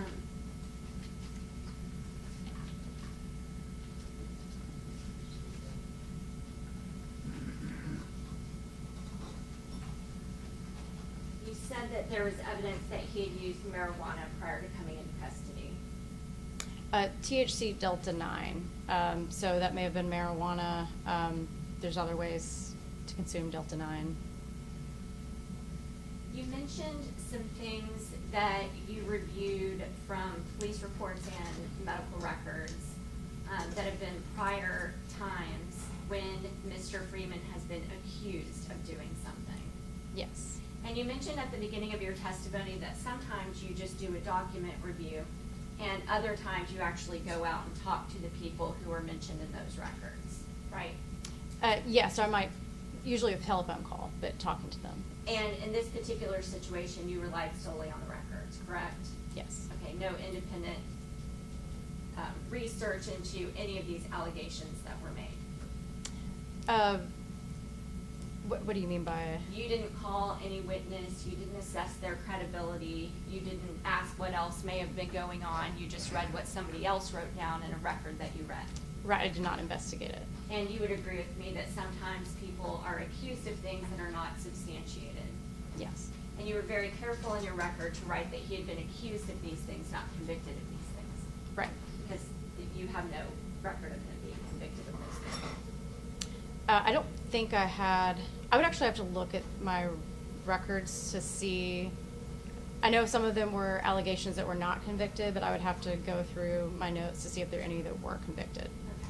Okay. You talked a little bit about Mr. Freeman, or about, in general, people who may be suffering from psychosis and their reaction to experiencing pain, right? Yes.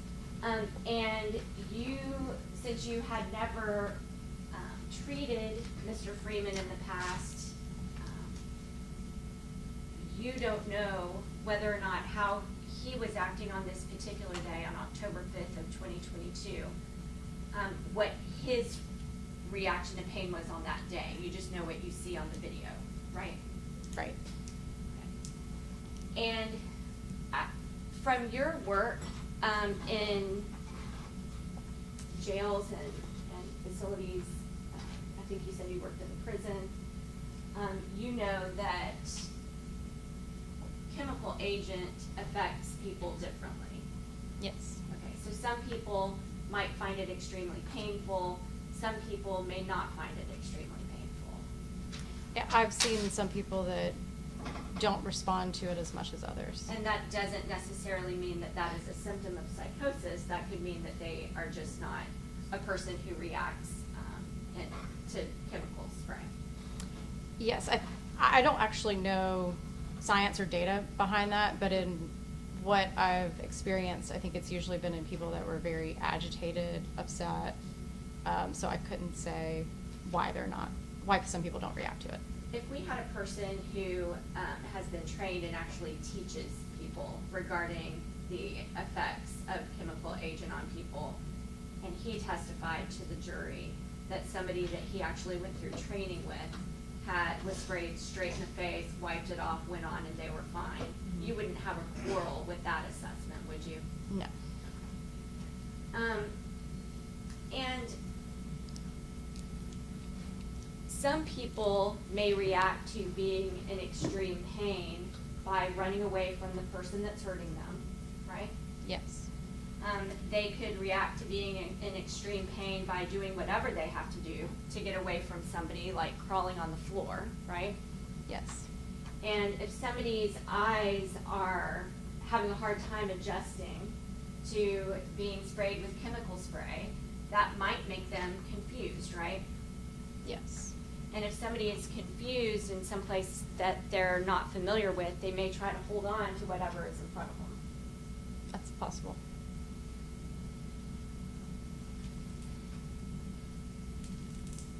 And somebody who is in pain may twist their body to relieve themselves of the pain that they are feeling. That's possible.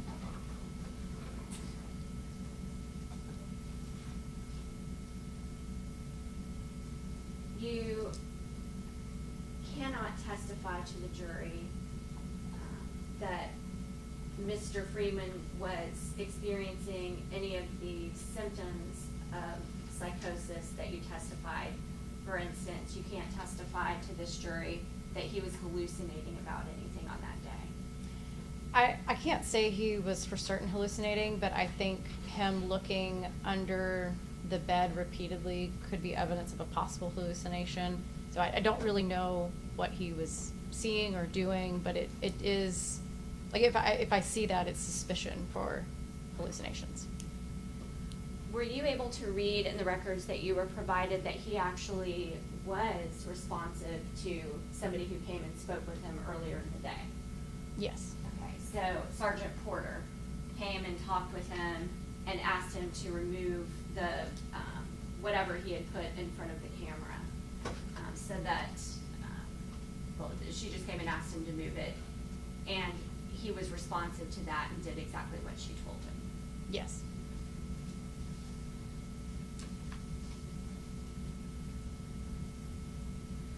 I want to play you some of the video.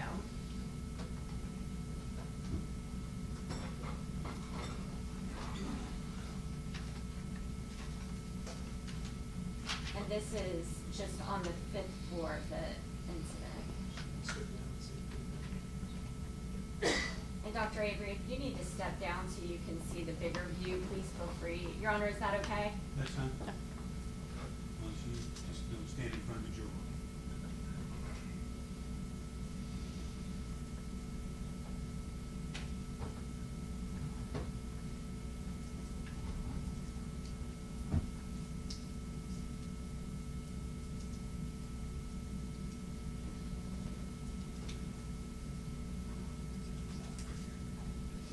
for the state is playing exhibit number 29 from the beginning.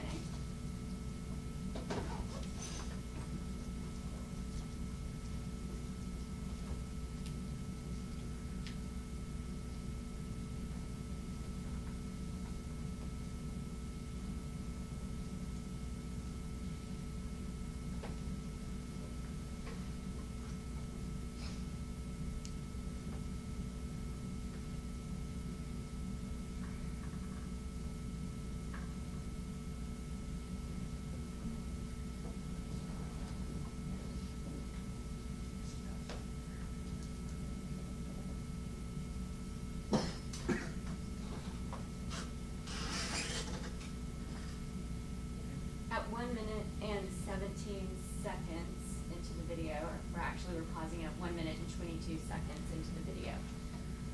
From the time that he is placed on the ground and at this moment right here, are you seeing him engaging in aggressive behavior? No, I would say, I mean, I know he's moving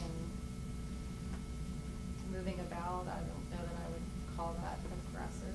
Okay, it's not aggressive behavior down on the ground. Yeah, I might have labeled as resistance, but he's not harming anyone. If you speak a little louder, please, you're away from the microphone. Yeah. Thank you. So he's not harming anybody. Right. He's not doing anything actively to show aggression towards anybody once he's down on the ground. Right. Okay. And we're gonna play again at 1 minute and 22 seconds in.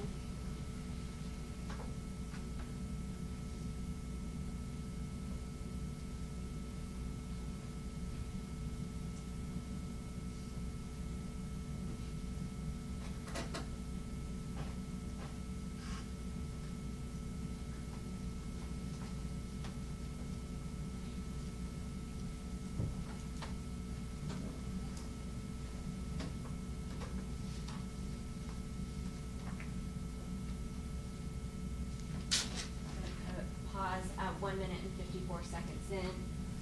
Other than Mr. Freeman moving his body so he could breathe, have you seen him do anything aggressive? No. Okay. We'll start again at 1 minute and 54 seconds.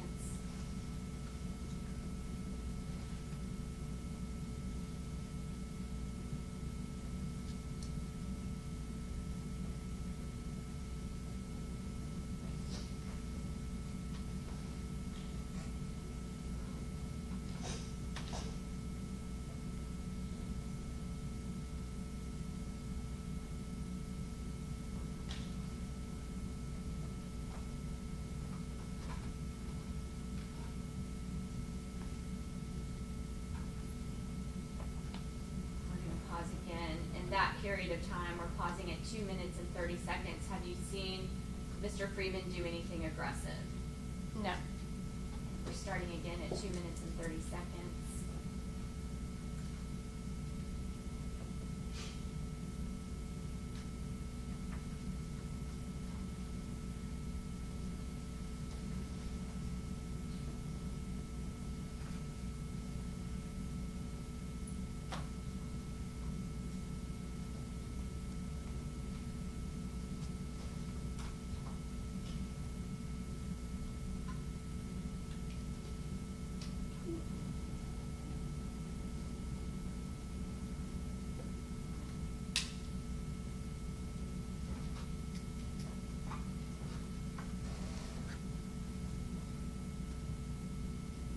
Here at 3 minutes and 13 seconds, in this segment of time, has Mr. Freeman done anything aggressive? No. Okay, we're starting again.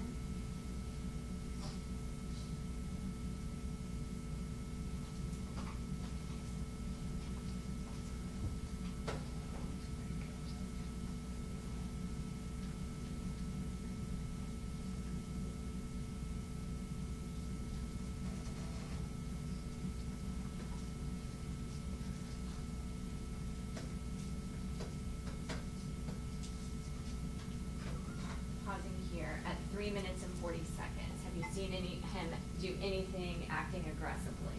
No. Okay, we're going to start again at 3 minutes and 40 seconds.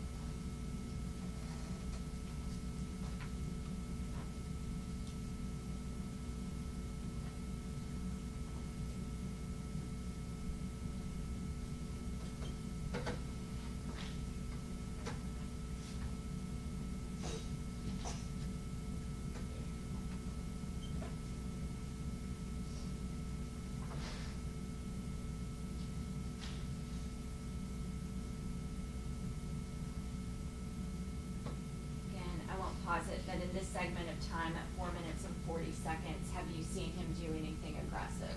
No.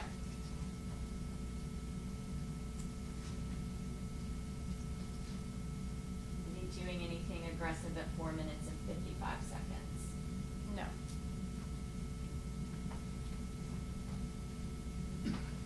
Is he doing anything that might place anybody in fear of their safety at 5 minutes and 5 seconds? No.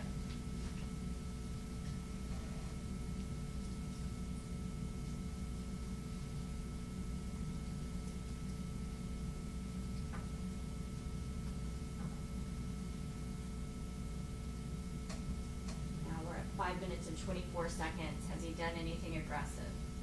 No. And as they're pulling him up in that extremely painful manner, have you seen him do anything aggressive or that might place anybody in fear for their safety? No. Starting again at 5 minutes and 28 seconds.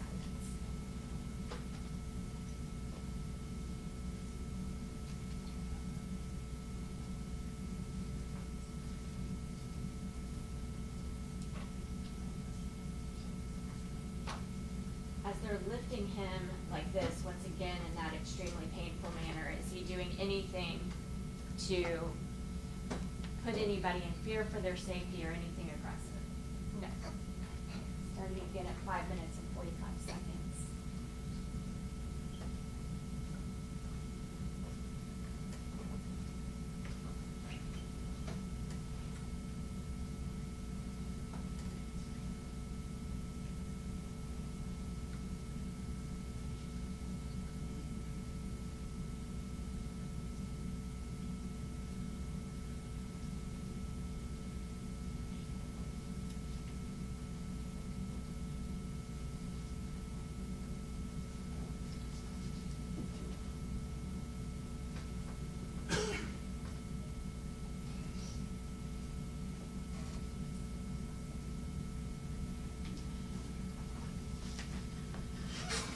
Pausing here at 6 minutes and 31 seconds. Has he done anything aggressive during that period of time?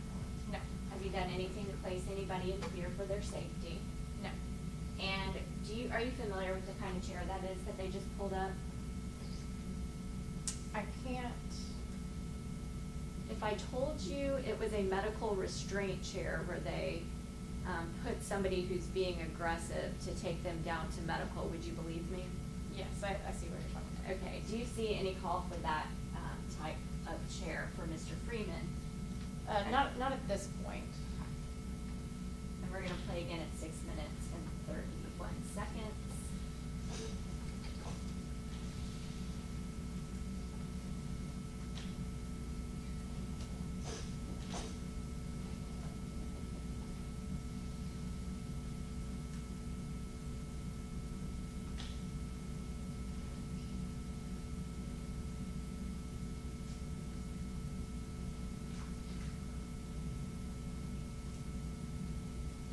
As they drop his head to the ground and kind of let it hit and dangle there, has he done anything aggressive or to put anybody in fear for their safety?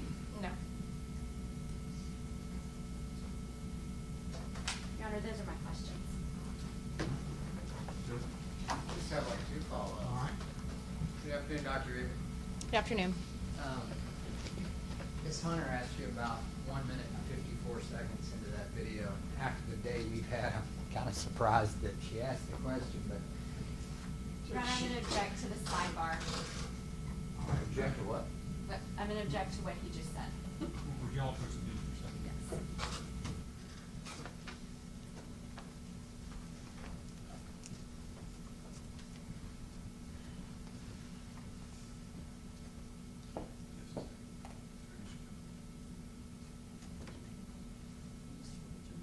After the day we had, I can't believe she would ask a question like that. What personal attacks, that journey was just.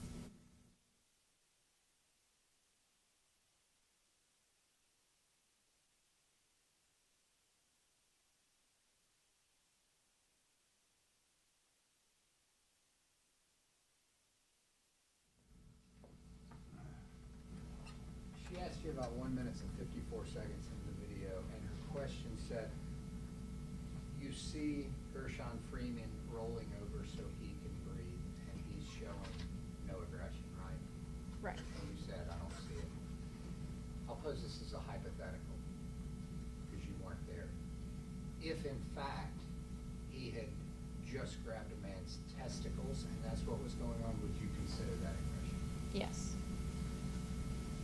Is it sometimes necessary to subdue individuals that are suffering from psychosis and are being aggressive? Yes. You worked in the Bureau of Prisons. Does that happen? Does that have to happen often? It does happen. I'm not sure about how often, but it does happen on maybe weekly, monthly basis. Okay. It depends People on- suffering from psychosis, they're being aggressive, and they have to be subdued. Yes. That's all I have left. Your Honor, very, very briefly. All right. What does it mean to be selectively mute? So mute means not speaking, selective means it's chosen. So that might be different than someone who can't speak, but someone who's choosing not to speak. And how would a mental health professional diagnose someone if they are selectively mute? I don't know what they did to determine that. I might look at if somebody was talking just before, or how long before I saw them that they were speaking, and if they've made any other utterances. Could they could they medicate him if they couldn't diagnose him because they couldn't talk to him? Unless they have medical records, it might be hard to know what medicine to give, but they also have behavioral observations, so I'm not sure what they had seen, what they hadn't seen, but if you're getting a report from officers, if they had access to video, if they could come to his cell and monitor him, then maybe they could have prescribed something for agitation, for aggression. And that's something that would take time. The prescription? Just that process. The process, it depends on what they're seeing, and it also depends on what the jail has access to. So quicker acting things might be something like a shot, and sometimes the jail doesn't always give shots. They'll give a pill, and that does take time, sometimes to take effect. The clip that Ms. Hunter showed you, you watched the video in this case before? Yes. Did you see aggressive behavior leading up to the time that he was restrained? Yes. That's all. Anything else? No, Your Honor. Thank you, Ms. Doctor. Appreciate you coming. Thank you. All right, ladies and gentlemen, we're going to stop for the day, and we'll see you in the morning.